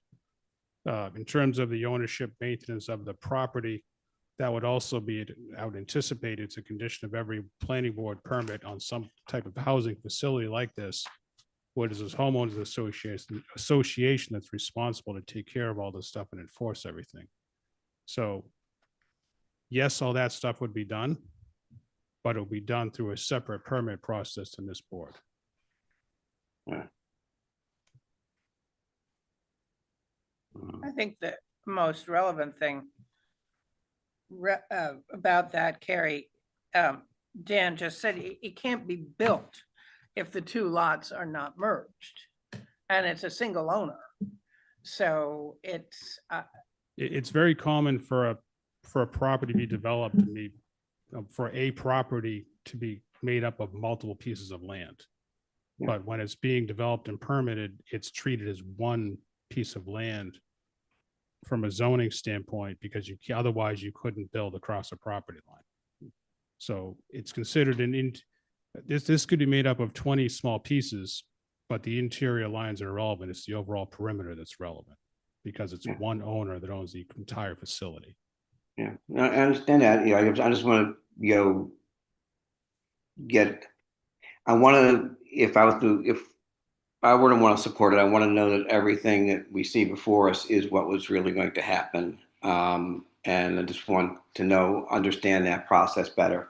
And I guess we could, if we were, again, we're not going to approve it today. It's not going to go, we shouldn't go to a vote because it has to get, we get more feedback. But if we were to approve this, that we could put conditions on our variance the planning board should have to respond to.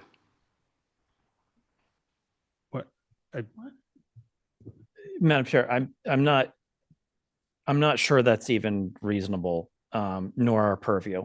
And also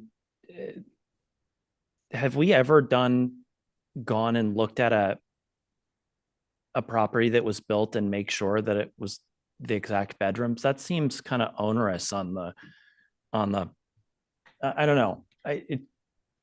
Well, I think because it is in a protected district, I think because we would be giving a variance, I think it is certainly, I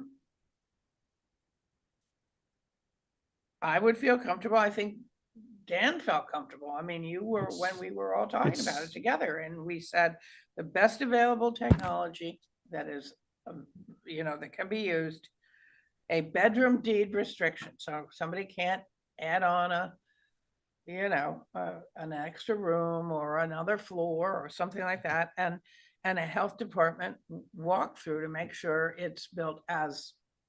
So when we talk about a health department walkthrough, all we're really talking about is once the building is completed, the septic is installed, before they issue the certificate of compliance on the completed septic system, they just do a walkthrough to see, yes, there's 2 bedrooms here, not 6. Okay, then I misunderstood. That's the extent of the walkthrough. Yeah. There's no Got other it. formal. Yeah, they're not in inspect. Yeah. Okay. Can I?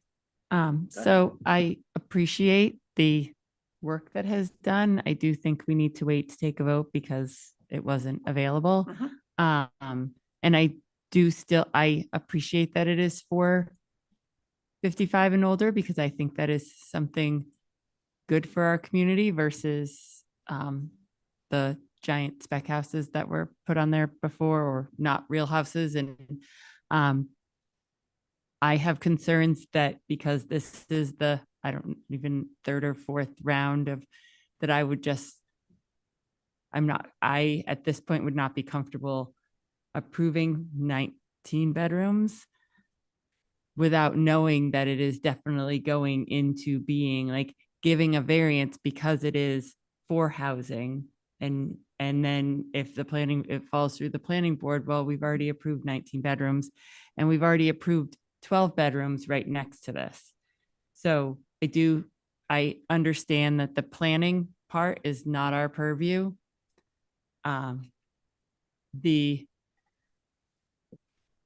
I understand that the AI systems will be better for the environment, but it is more people in one area. But I appreciate that there is something that is helpful to our community. And I just think it needs a little time to be digested since most of us are just seeing it.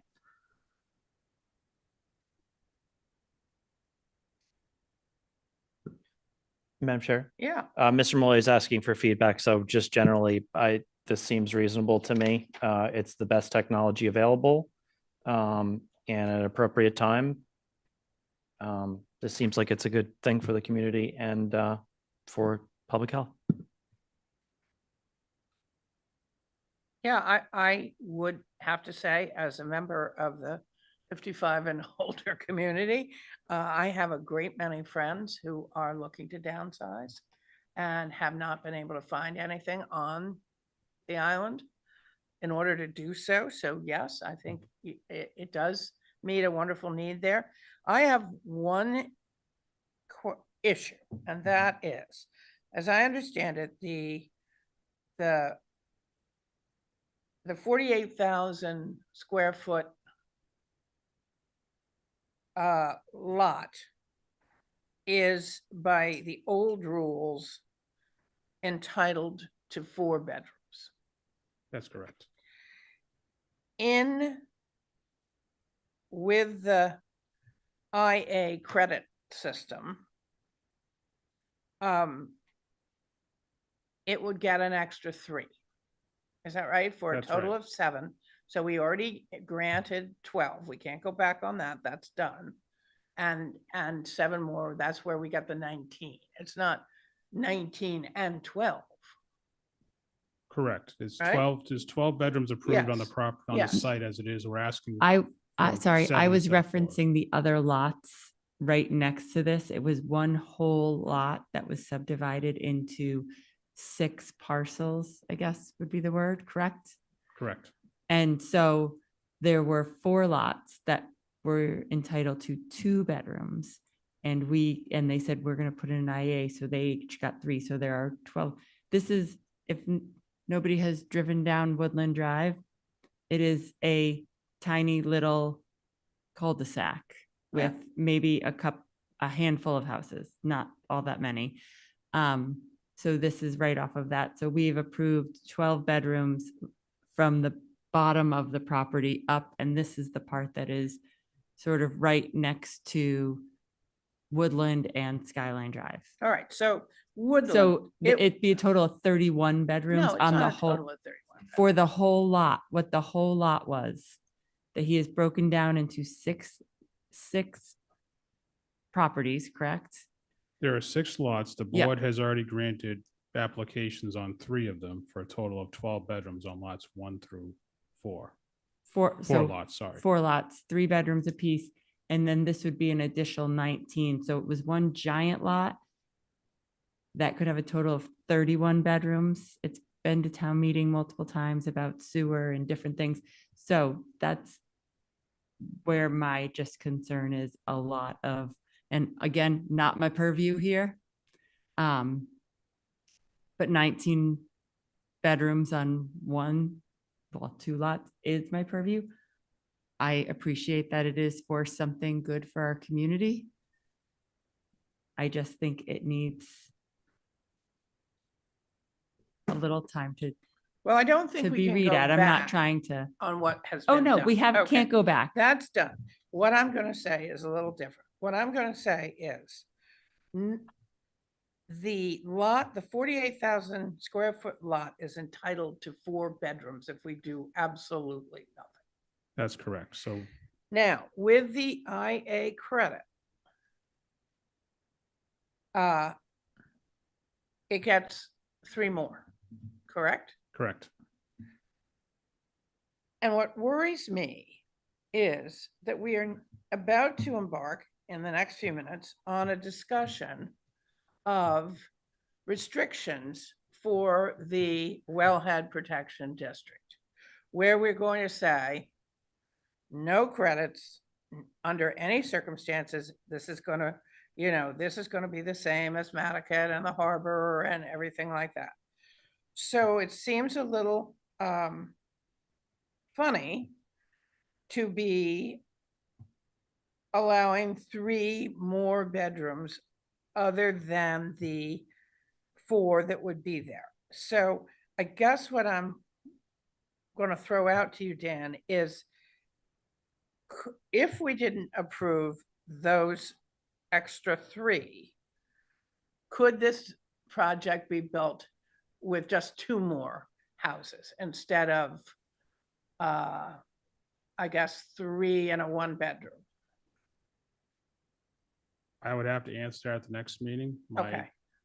initial thought, I may be wrong, is possibly not. So the project, regardless of, not in your purview, but the viability of the project needs a certain density to make it economically feasible. That's what it comes down to.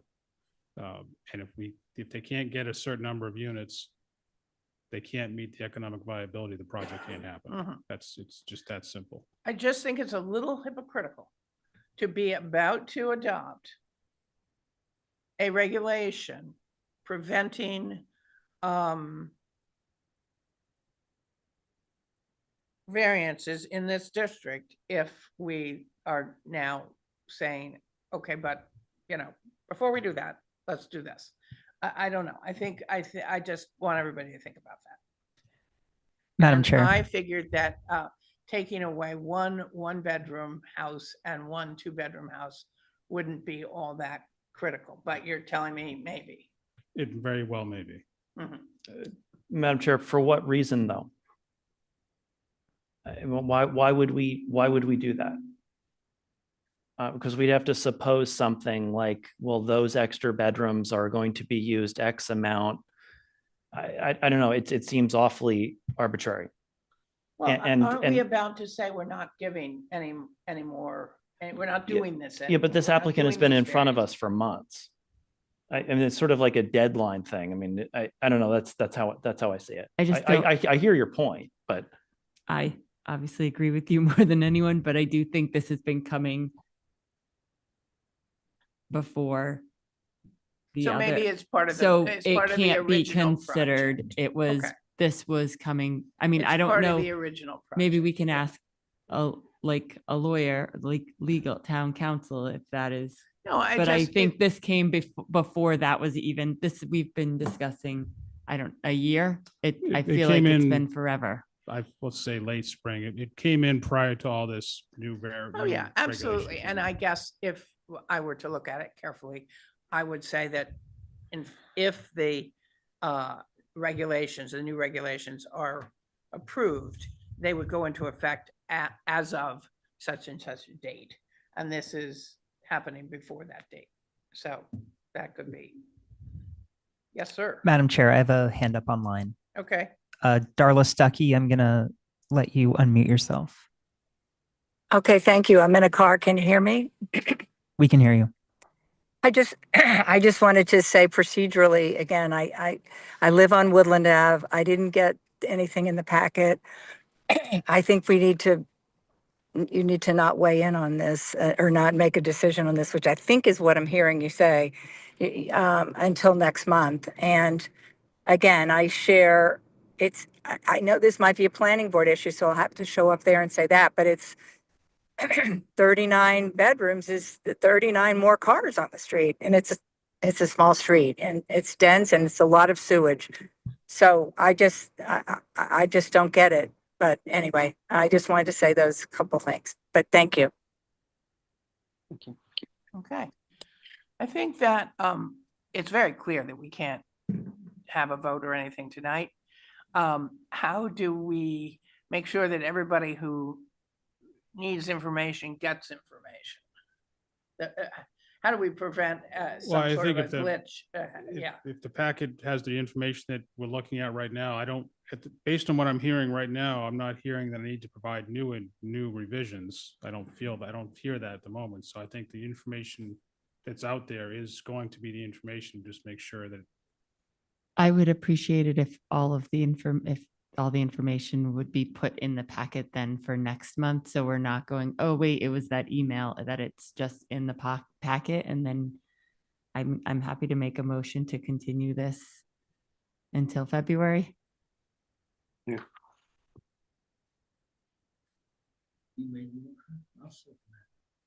Make a formal motion. Yes, that's my motion if that is okay with you all, to Could continue we- this to February because we didn't have time and the public didn't have time to review the could plans. we add to that motion that we will make a decision at the next? And a decision will be made in February. Seems unnecessary. confirm But the if date of something that comes meeting. up that we would question, we don't want to be painted into a corner where we have to make a bad decision. I think. So would moving you it- rather that it, You could Carrie, continue. would you until feel more February. comfortable if it just said a motion to continue this until February? Yeah, I mean, I think that, to continue the process, I think all of us have expressed more positive thoughts about this type of plan. We want to give time for the public to react. We want to have a full packet, nothing showing up an hour before the meeting. But we want to be able to have a full packet and we will discuss it and we'll hear from the public. There's a good chance we can decide, vote next meeting, but if something comes up, I don't want to feel we have to make a decision because something came up and we said we were going to. That's all. So just continuance. I want to start again. So a motion to continue this until 13 and 13A Woodland Drive until February 2026 Board of Health meeting. And I will second that. Oh, okay. I think he did. He did. Yeah, I think he did. Jim? Yes. Yes. And yes, Carrie? Yes. Aye. Thank you. All right, well, Sorry.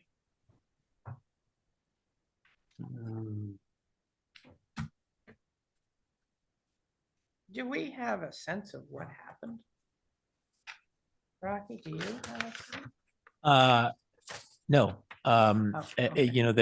we have multiple email boxes where things come in. Mr. Malloy sent it to the right mailbox. I don't have an explanation as to why it didn't make it into the packet. Just offer our apologies for inadvertently missing that. Okay, I just want to make sure whatever happened doesn't happen again.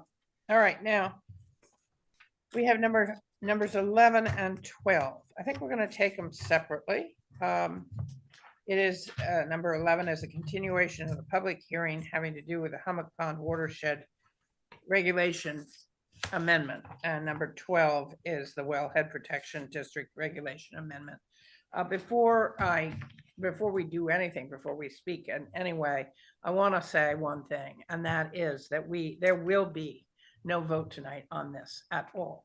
This is purely to introduce this, to get ready to listen to opinions and to get ready to vote on them.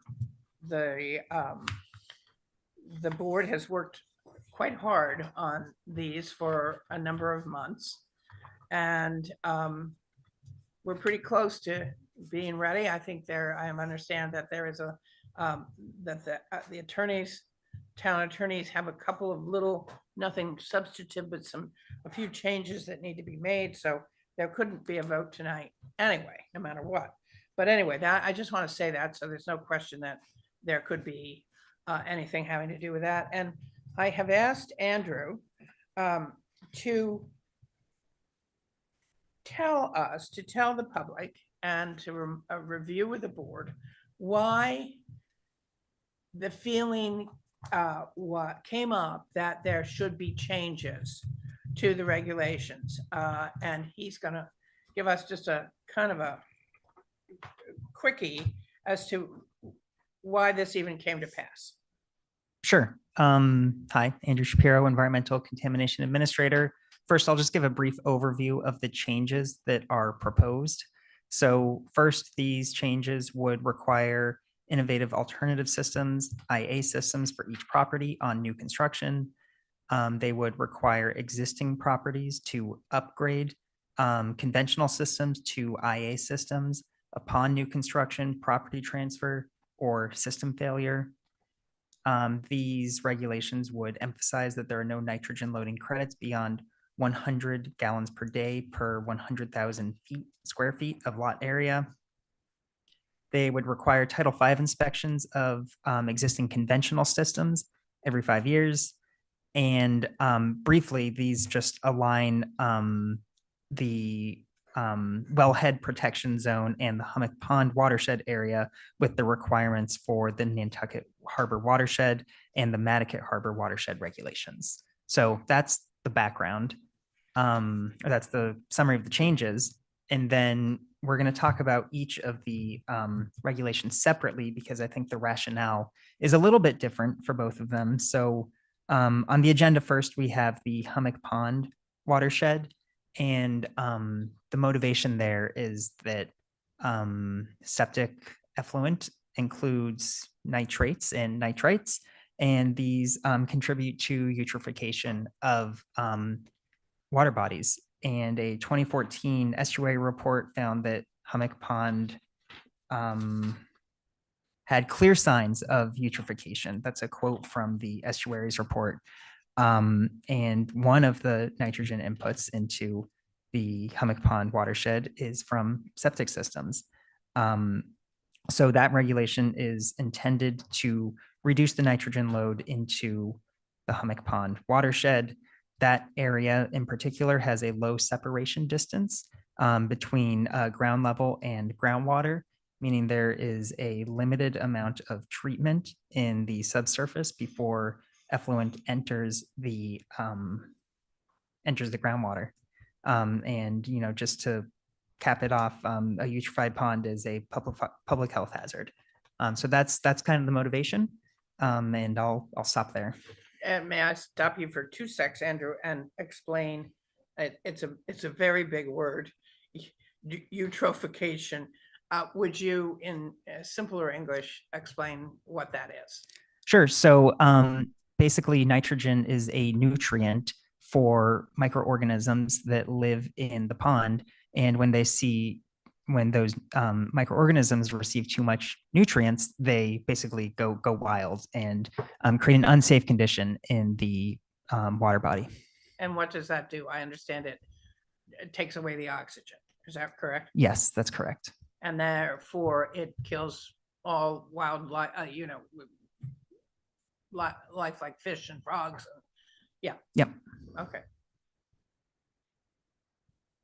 So sorry, go on. No, that's all I have for the Hummock Pond watershed. Yeah, okay. I can leave the wellhead protection kind of motivation for when we get to that point. Okay, great. Okay, so now I think everybody is aware of what caused us to say, this is a problem. And what Andrew didn't say, I think you told me this morning, it has not, since the 2014 survey, it hasn't improved. In fact, it's gotten worse. And I think that you told me that it was 80% eutrophicated, if that's a word, something like that. It's a pretty high percentage. I don't remember the exact number. My apologies. But it's high like that, right? Yeah. Okay. So that is why we said, wait a minute, this is bad. It's not getting better. It's probably getting worse. A lot of the causation of that is septic and to a certain extent fertilizer. But I think what you showed me and what I've read is that septic is the number one. That causation. So anyway, that's what that's why we said, wait a minute, maybe we ought to try to amend these regulations and make them stricter, and also to make them match the other protection districts. Because as I sort of said when we were all talking this morning, if a district is worth protecting at all, it's worth really protecting. It's not, it shouldn't be kind of protected. And again, we go back to the different strokes for different folks. And as we all know, the Harbor Protection District and the Nantucket have these requirements that Andrew has just read aloud to us. So, you know, I'm happy to have anybody comment or ask questions. Hi, everybody. I'm Dylan Metchin, Peloton's Deputy Housing Director. First, I want to just thank you for that intro. I think that was really helpful. And I'd spoken in the past about maybe some plain language, and I think that really accomplished that. I just want to, as I'm sure you are aware, the Housing Department worked with our friends at the Nantucket Land and Water Council to draft a series of recommendations about some of these changes to the regulations. And I just want to say during the Hummock Pond section that our recommendations only apply to the regulations to the wellhead.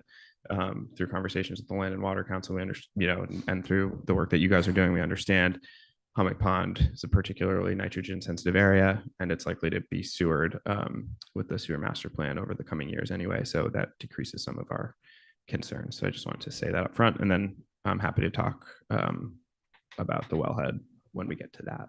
But I just wanted to say that while we're in the Hummock Pond public meeting. Can I ask you a question? I saw something, please. I don't know if it was on the select board. How many of the affordable houses, I mean, what I can think of, a lot of them are already on sewer, I believe. So I didn't know how many homes this would affect. Sure. We did a review of the housing properties owned by the town and by the Affordable Housing Trust. I think actually none of them were in the Hummock Pond area. They were all in the wellhead. All of them were on water. All of them except for one was on sewer. But the bigger, so that mitigates the immediate concern around town-owned housing and affordable housing trust-owned housing.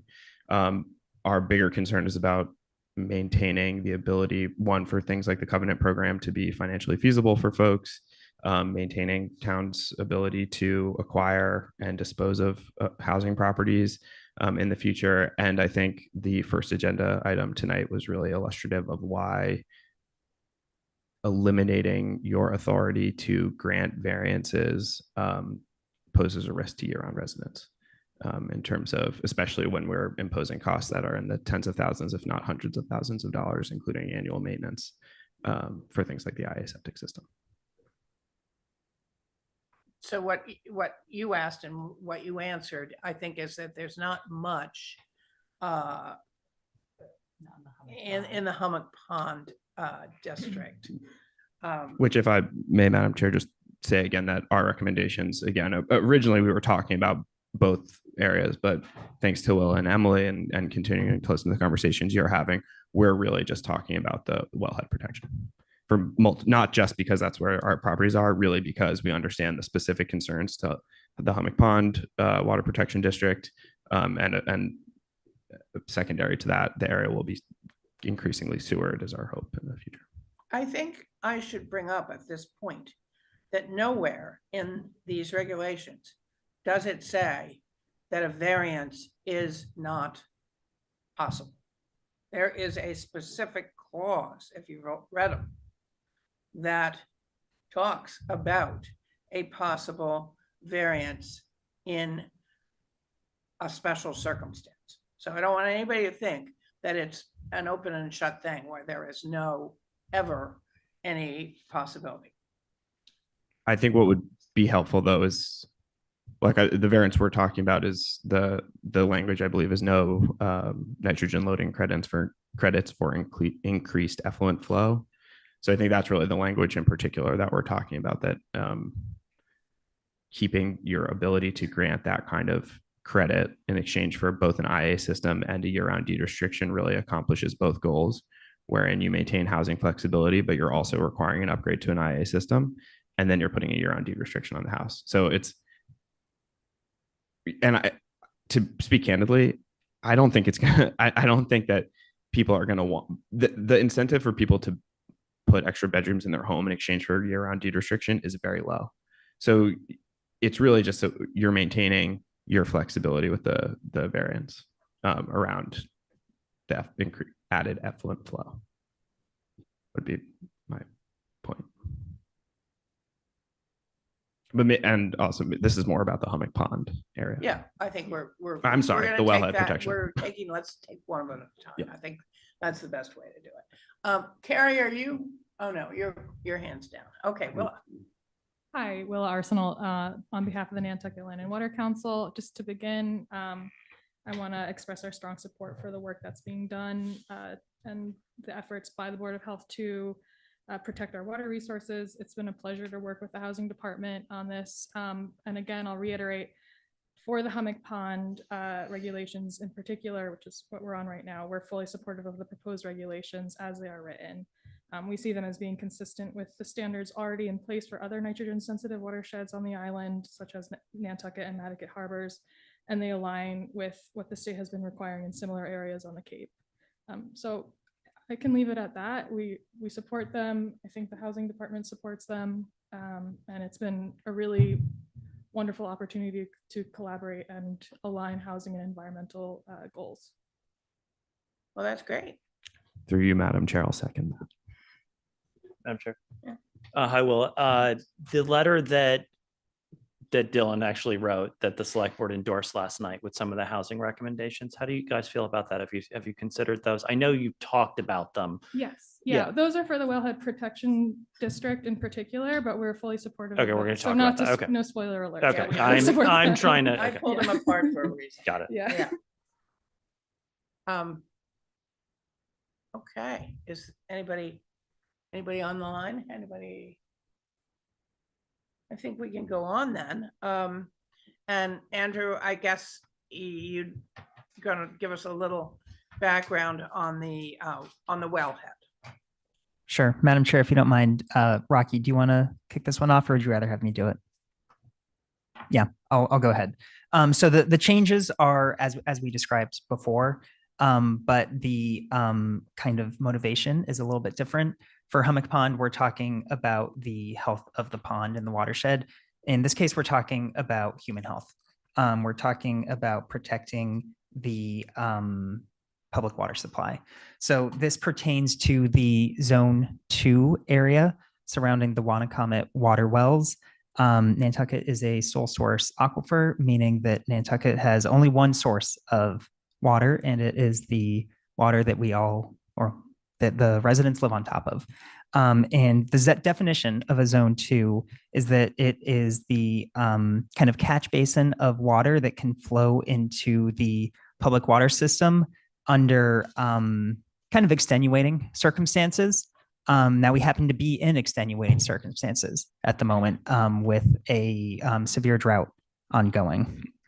And so what people are concerned about is the potential for contaminants to be released into the groundwater in that public well watershed. So that includes nitrogen. And as the health director said at the select board, I think last week, with nitrogen, we are concerned about a condition called blue baby syndrome is what it's called, which is the inability for children to properly transport oxygen throughout their bodies. And the World Health Organization has also found that nitrate and nitrite are probably carcinogenic. under specific conditions. That doesn't mean it always is carcinogenic, but there is reason for caution with these chemicals. There's concern about other contaminants as well, namely PFAS, which, as we have seen in the presentation from George Hoyfelder over at Mass TC, septic effluent does include PFAS. And I'll stop there. I'm happy to take any questions though. I think I heard you say that this zone 2, which is the wellhead, is not necessarily or was not designated by Massachusetts, by Nantucket. It was designated by the Commonwealth DEP. That's Is that correct. correct? Okay. So that's something that we should be aware of. Yeah, it's based on scientific hydrological modeling. Okay. And then the other thing that I jotted down here, when you were sort of educating me this morning, was a phrase that I liked, which is contaminants of emerging concern. I've been around this world long enough to know that years ago, there were things that we didn't have any idea were going to be harmful. Can you talk about that at all a little bit? I mean, the one on people's mind are PFAS. We talk about PFAS often. Mass DEP regulates 6 of them, but there's several thousand potentially in existence. And so, emerging contaminants are contaminants in the environment that don't necessarily have regulatory standards. So we've seen standards for PFAS decrease. And we also see many PFAS that don't have any drinking water standards. So that's what we mean by emerging contaminants. Okay. So now we're going to think about for a little bit the wellhead, the zone 2 wellhead protection zone. Dylan Metchenpel again, Town's Deputy Housing Director. So I would, just to start, I think another thing that happened at, I think it was the December, might have been the November Board of Health meeting, was that Mark Willett, the water director, did come and say that there's been no spikes there, that in the past 20 years, nitrogen has remained steady and there's been no spikes. So I think that's important added context. If it's helpful for the board, I'd be happy to walk through what the recommendations are and we can kind of talk about them. Or I'm happy to answer questions. I also don't mean to hijack the public meeting, but whatever. So how does that, you talked a few minutes ago and then we decided to cut it off and just deal with hummock. Because remember I said that there is nothing in these regulations.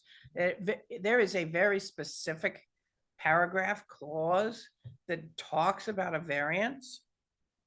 So are you guys advocating for specific variances? So I think maybe what's been helpful for me in reading the regulations and the amendments and thinking about this has been to kind of tease them apart. We have the requirement for an IA system under new construction, under property transfer, and under failed septic system. And then we have the removal of the nitrogen loading credits for increased effluence in exchange for an IA system, right? I kind of think of those as 2 separate things. I think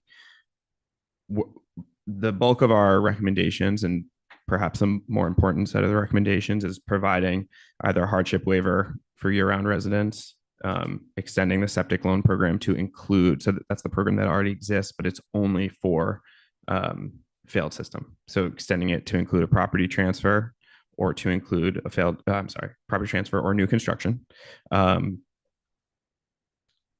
I think that's important, especially for property transfer, because people will say, well, it's the seller who's paying for it, but that's going to get factored into the cost of the house, right?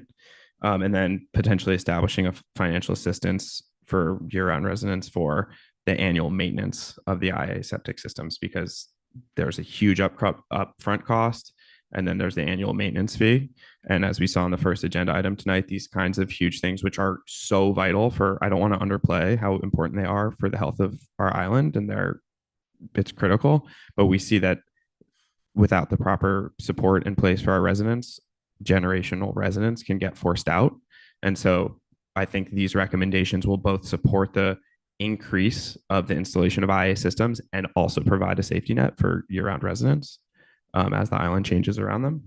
And then the last recommendation is to remove the language in the amendments about no more nitrogen loading credits for increased effluence flow, but to say that if you were to grant a variance for that, not only would the resident have to put in or the homeowner have to put in an IA septic system, they would also have to year-round deed restrict the housing.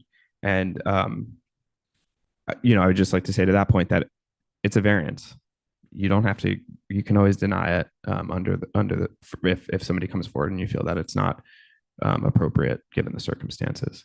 So it's really about a way again to encourage increased use of IA and to protect housing, especially year-round residents. So what you're really asking for is just a little bit of a change in wording to accommodate some of these things.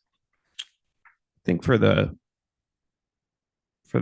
nitrogen loading credit, that would be a change in wording. I think that the financial assistance programs and the expansion of the septic betterment loan is an addition. I mean, I don't know that you would put it in the, this would be a question for town council, but I think it would be a directive to staff that that's something that should be happening. Sorry, Rocky and team.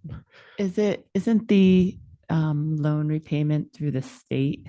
I don't know that we have control over what, right? We don't have control over what is allowed or not allowed.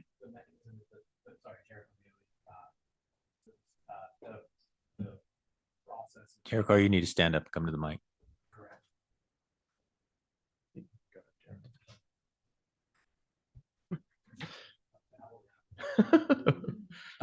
The mechanism for that is that the state loans the municipality the money, and then the municipality loans the money to the resident. The requirements for the reimbursement or for the loan initially are up to the state. I don't know what kind of control we have over that. I was just going to add that 2% that is charged, it's charged by the state. That doesn't come to the town.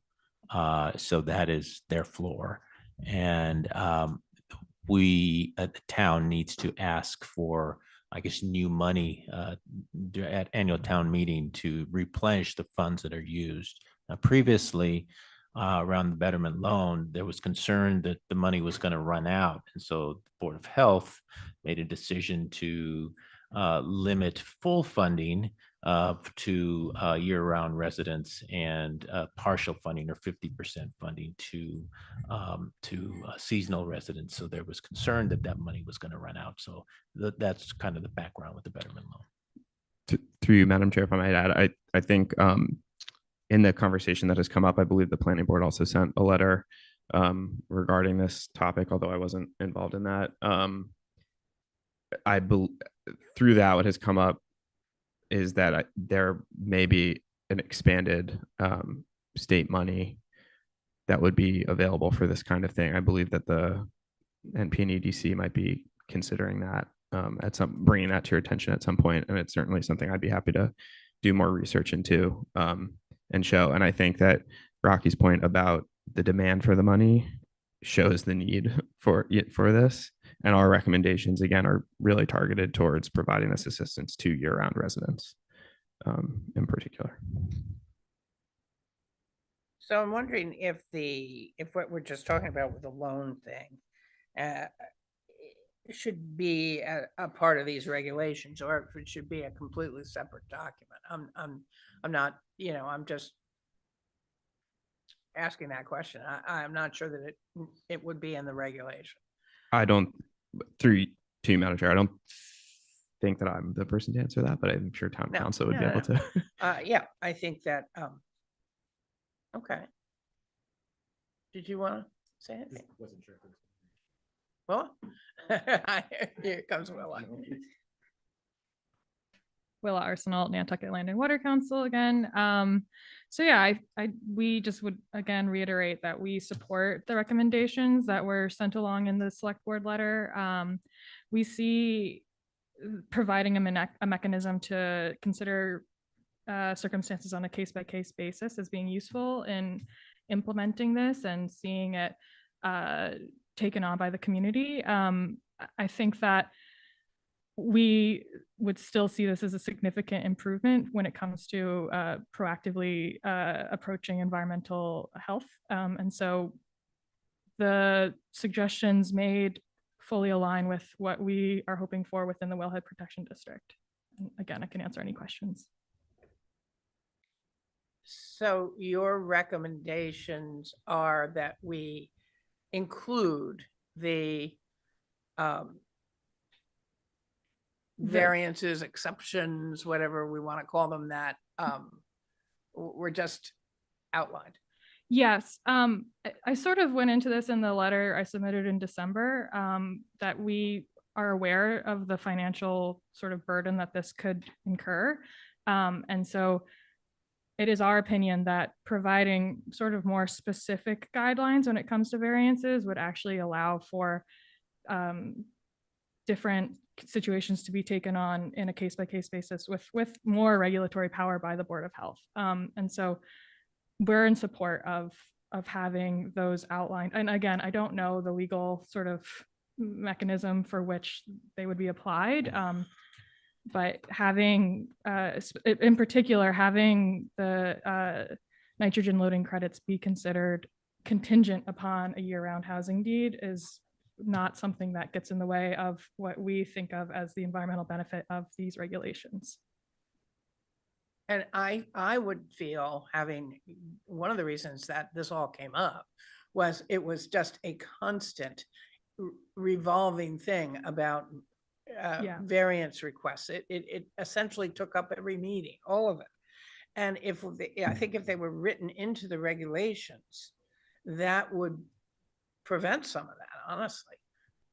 If I may, through you, I know some of the concern that originally led to this conversation being opened was that variance requests were seen as unjust if they were denied based on previous approvals. And so I think having language to, again, strengthen the board's regulatory power would be a useful mechanism. I feel like I've said mechanism a lot. And I think, again, we're really aware that this has to be a regulation that doesn't harm the community. We're the reason we are interested in this is for public health benefit. And so we want people to see the benefit of these regulations. I love plants, I love bugs, but really people are the concern here. Right. Fish, I could take or leave, but. Madam Chair. Yes. Yeah, so Dylan was at our select board meeting last night and presented this to the board, and we had some comments and some back and forth on it, and we did ultimately endorse the letter.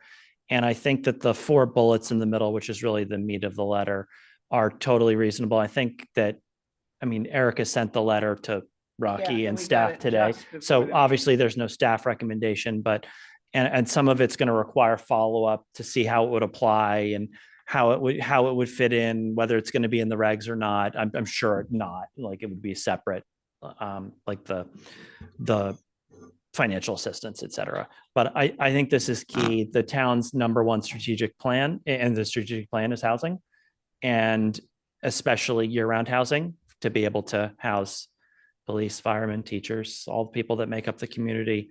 And now that we have new tools through the Affordable Homes Act and the Seasonal Communities designation, and we are moving into having a bigger tool, so we say this all the time, a bigger toolbox and all that for these things, that I think we sort of do our own thing here a little bit. It's sort of like the airport. They sort of do their own thing. Board of Health sort of does their own thing, but we are part of the town too. And these regulations do affect there are downstream effects. So I think it's really important for us to take a hard look at these and incorporate them to meet the rest of the town's strategic goals. Yeah, Carrie. I guess, obviously I've been very supportive of this and but my bigger picture of support is kind of like the way we can die is by 1,000 little cuts rather than something big. We have one aquifer, and once it's gone, it's gone. There's no workaround. And anything we can do to keep the health of the aquifer, which directly reflects the health of it impacts the economy. People can live here if you're not drinking poison water. Tourists will come if we're not providing poison water. So part of it is, I do the housing stuff is big, but if you stop and look at the variances we keep getting, it's not for 3 bedroom to 4 bedroom. It's 8 bedroom to 12 bedroom. That's not solving the housing problem. Those are party houses. So, you know, I want to stay focused on what's going to maintain the health of the community in the long run. And it's going to be a series of small regulations adding together to protect the community rather than one big thing that we can pull off that's going to somehow protect the water. And the way we can die is by not doing anything, by letting all these small little things saying, well, it's only a couple of houses here, a couple of rooms there. It's all we got is that one aquifer. And I think it's our responsibility to work with the planning board and the building department and all the other NGOs to work together to save it and maintain it. And where there is inconvenience to, especially the long residents, that we do set up plans such as maybe we'll look at extending the loan program or reworking the programs so that we can minimize the impact. But again, if there's a bad water, everything becomes a non-issue. Housing becomes a non-issue. All these other things become a non-issue. So that's kind of where I'm coming from. Thank you. Thanks. Madam Chair, if I Yes. might. So I heard a lot of stuff there, and so I'm going to try and respond to it all. I think the way that I think the way that we're thinking about this is that the recommendations really encourage the adoption of IA systems. They just make it possible for year-round residents who might not have the cash on hand to be able to afford to do that over an extended period of time. And I think, again, not to keep going back to the first agenda item tonight, but we can see the impact. Like if somebody might have to sell their family home because they can't, there's a provision in the regulations that's having an unintended effect. These recommendations make sure that that is not let out of the bag. It's addressing it before it can happen. But it really is about encouraging the installation of IA systems. They're still required to do it. There just is a town mechanism to support them in doing so. And in terms of the bedroom loading credits, I want to say again that I think the burden that a year-round deed restriction is pretty heavy. People are not going to, there's not going to be a huge rush to come for variances for an IA system. And if they have to both upgrade to an IA system and put a year-round deed restriction on the entire property. So to be clear, legally, it would have to be the entire property. They couldn't deed restrict just the 2 bedrooms. It would become the entire property. So there's not an increased risk of that occurring. So I think those kind of cover the 2 major concerns that I heard Carrie raise, but I'm happy to address anything else because, and just to close, I completely agree that without water and without the environment, we're all leaving the island. Nobody else is coming. And so this is really a perfect opportunity, I think, for the island's housing and environmental people to collaborate and engage together and push both forward at the same time.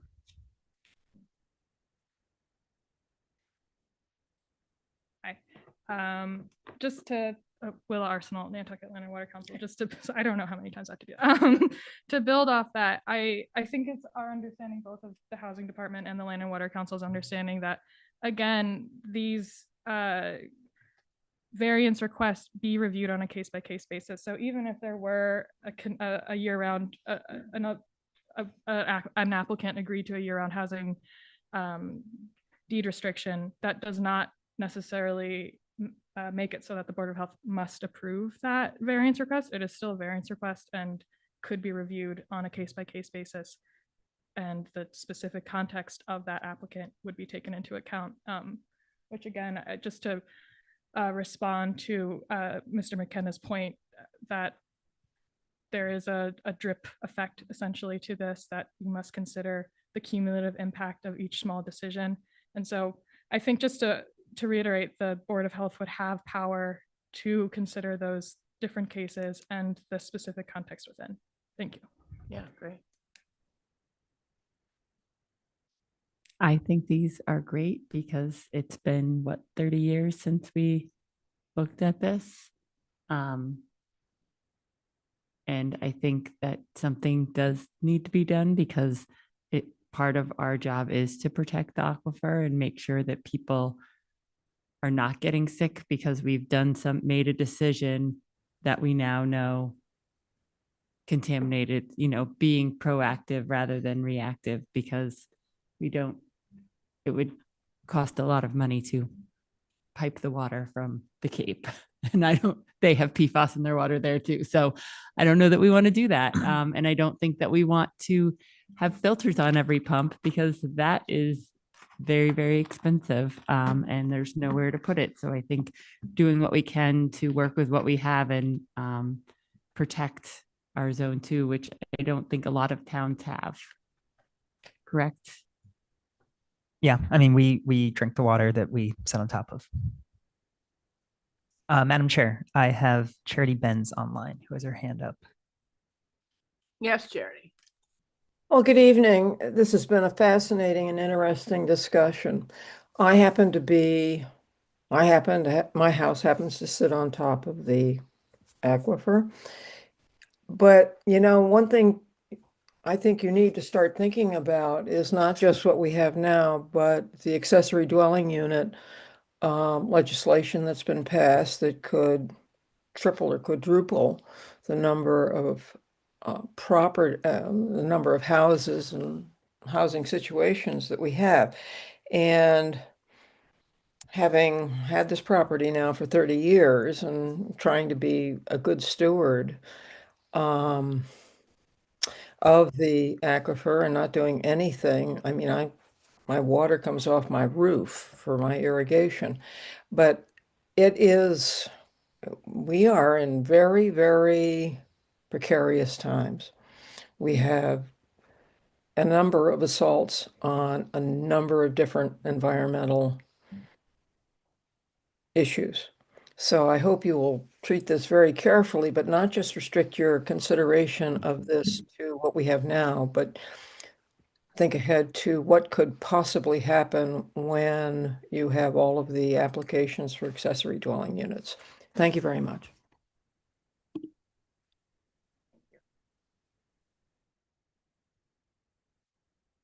Okay, I think we've talked about a bunch of really interesting things in the last little bit. And I think that the Board of Health is quite willing, without taking a vote, which is not necessary, but quite willing to consider different wording here. But I'd like everybody who is interested in this different wording to kind of get together and make a synopsis of what wording makes sense, so that when we look into incorporating it, we know what it should say, and we can definitely make a decision and vote on that. So I think I'm sure you guys can work together, and select board has already, you said, adopted what was proposed. So. Yeah, well, we endorsed to send a letter to what we talked about last night was that there's some undefined things obviously in there because they're not written out, but it would go to us and staff and kind of work together on fleshing that out a bit. Madam Chair, one other thing I was going to bring up is in the planning board letter from Vice Chair Lowell, it suggests a joint meeting to kind of as informational for all the boards. And I don't know if we want to get into that now, but I think that's something that we should consider, sort of a la that meeting we had with Select Board, Planning, AHT, and BOH.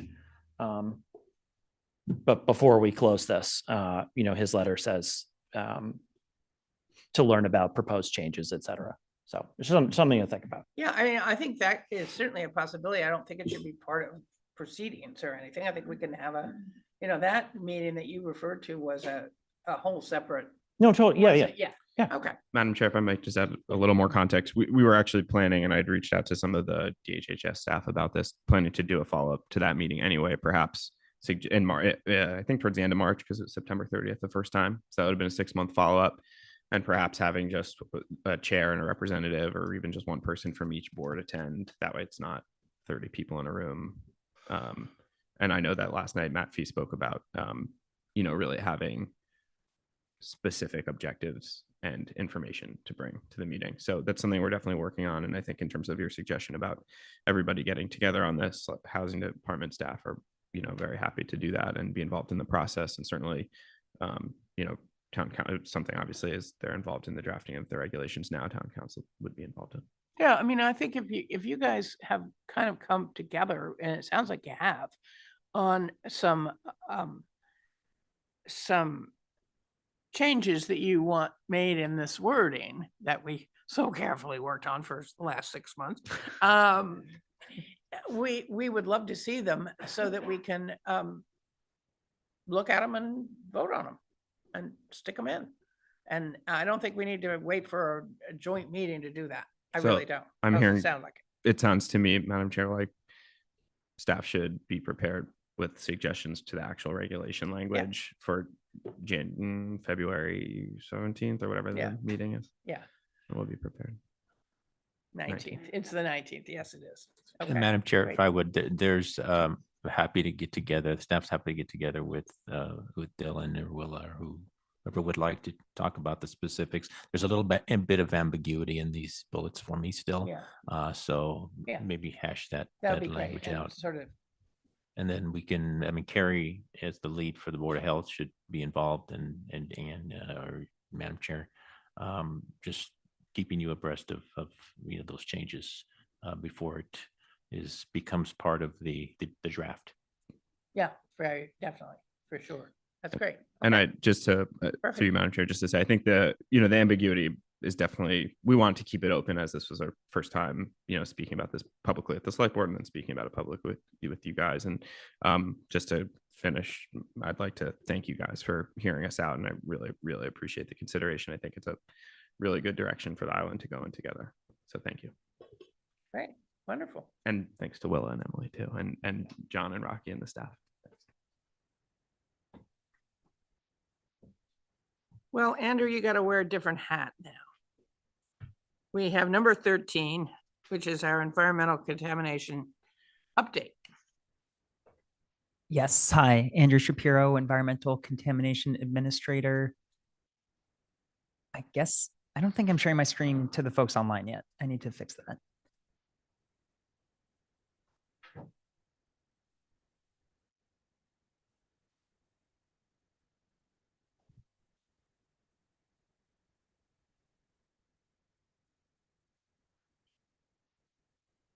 Okay, that should be good.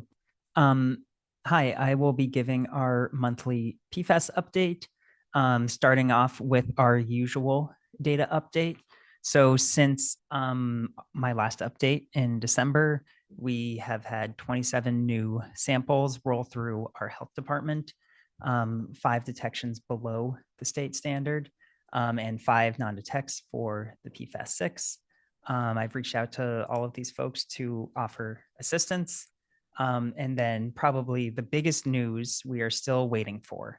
Mass DEP was on the island Tuesday, December 16th, right before our previous Board of Health meeting, sampling in the Fulling Mill area, as well as near the Hummock Pond Oak Hollow area.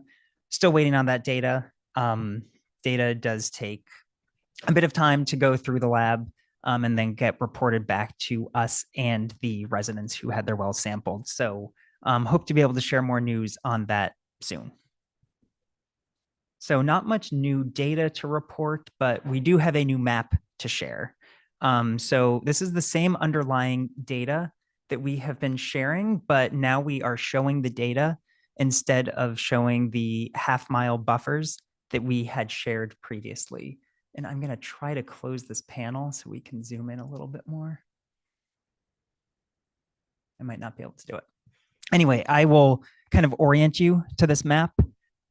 So just first, what is this data?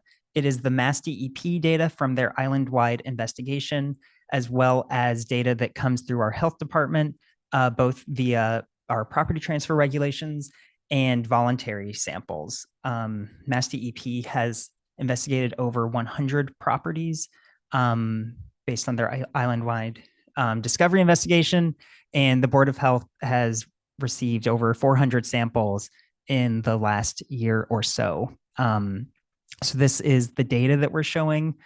We have the data color coded, so I'll introduce you to the color coding scheme. Red is properties that have exceeded the imminent hazard threshold. Orange is properties that have exceeded the state standard of 20 parts per trillion for the PFAS-6. Yellow are detects that are detects for the PFAS-6 below the state standard, and green are non-detects for the Mass DEP defined PFAS-6. One other kind of legend item to pay attention to: squares are representing the Mass DEP data, and triangles are representing the Board of Health data. And that's important. Mass DEP does targeted investigations and confirms that samples are unfiltered. We don't necessarily get the same data quality from our Board of Health data. It's still reliable data, but the Mass DEP data is really our gold standard. So we just want to keep that data separate. And of course, we put all of it on our map. And so why did we produce this new map?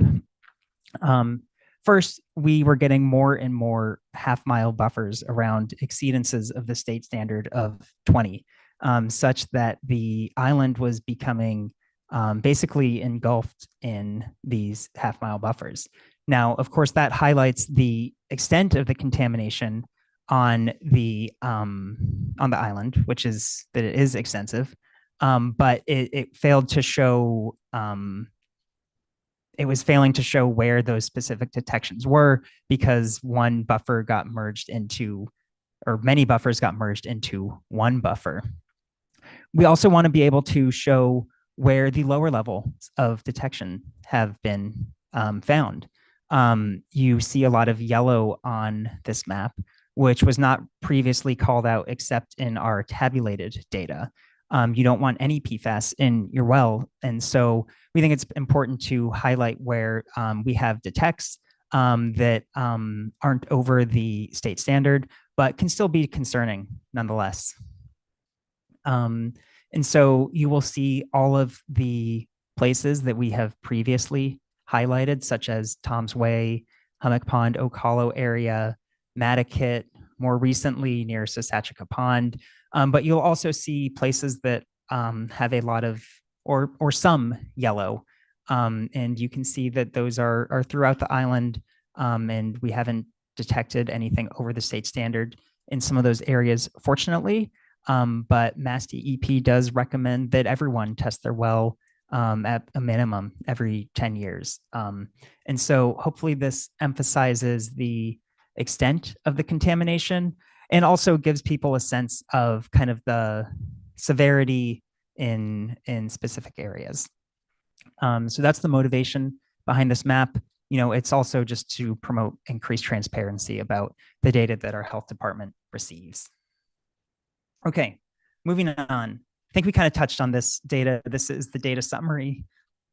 As I mentioned, we have data on over 500 properties.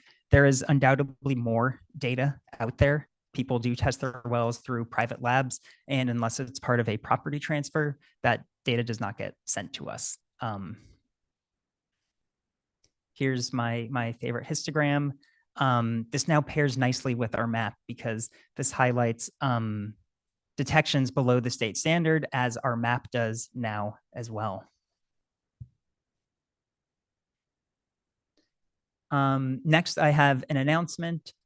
We have an upcoming public information session that is this coming Thursday at 5:30 p.m. It is online only. I think there may have been some information circulating that suggested it was going to have an in-person component. That was a mistake. It is online only. And this is to recap the surface water and foam sampling that we did over the summer. We've already reported on both sampling events to the Board of Health, but this is our project wrap up. There will be an associated final report, and this presentation will hopefully tie a bow on that. I also wanted to share a new fact sheet that we've developed. This is final and in circulation, but basically one of the questions that people often have is, how do I select a filter? And the answer is basically it's complicated. And I've found myself sharing different resources with folks. And this fact sheet basically puts it all in one place. And it's a little bit lengthy. I often talk to people, kind of through each one of these different sections, but, I've got some good feedback on this already. And to some extent, this does take into consideration some of the opinions of some of the experts that we've had as part of our public information sessions. So just memorializing some of the advice that we've gotten over the past couple months. I'm just going to flip through it, but I just wanted to keep the board apprised of the information that the health department is developing. And that's all. I'm happy to take any questions.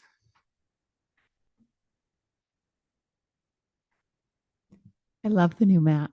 Thank you.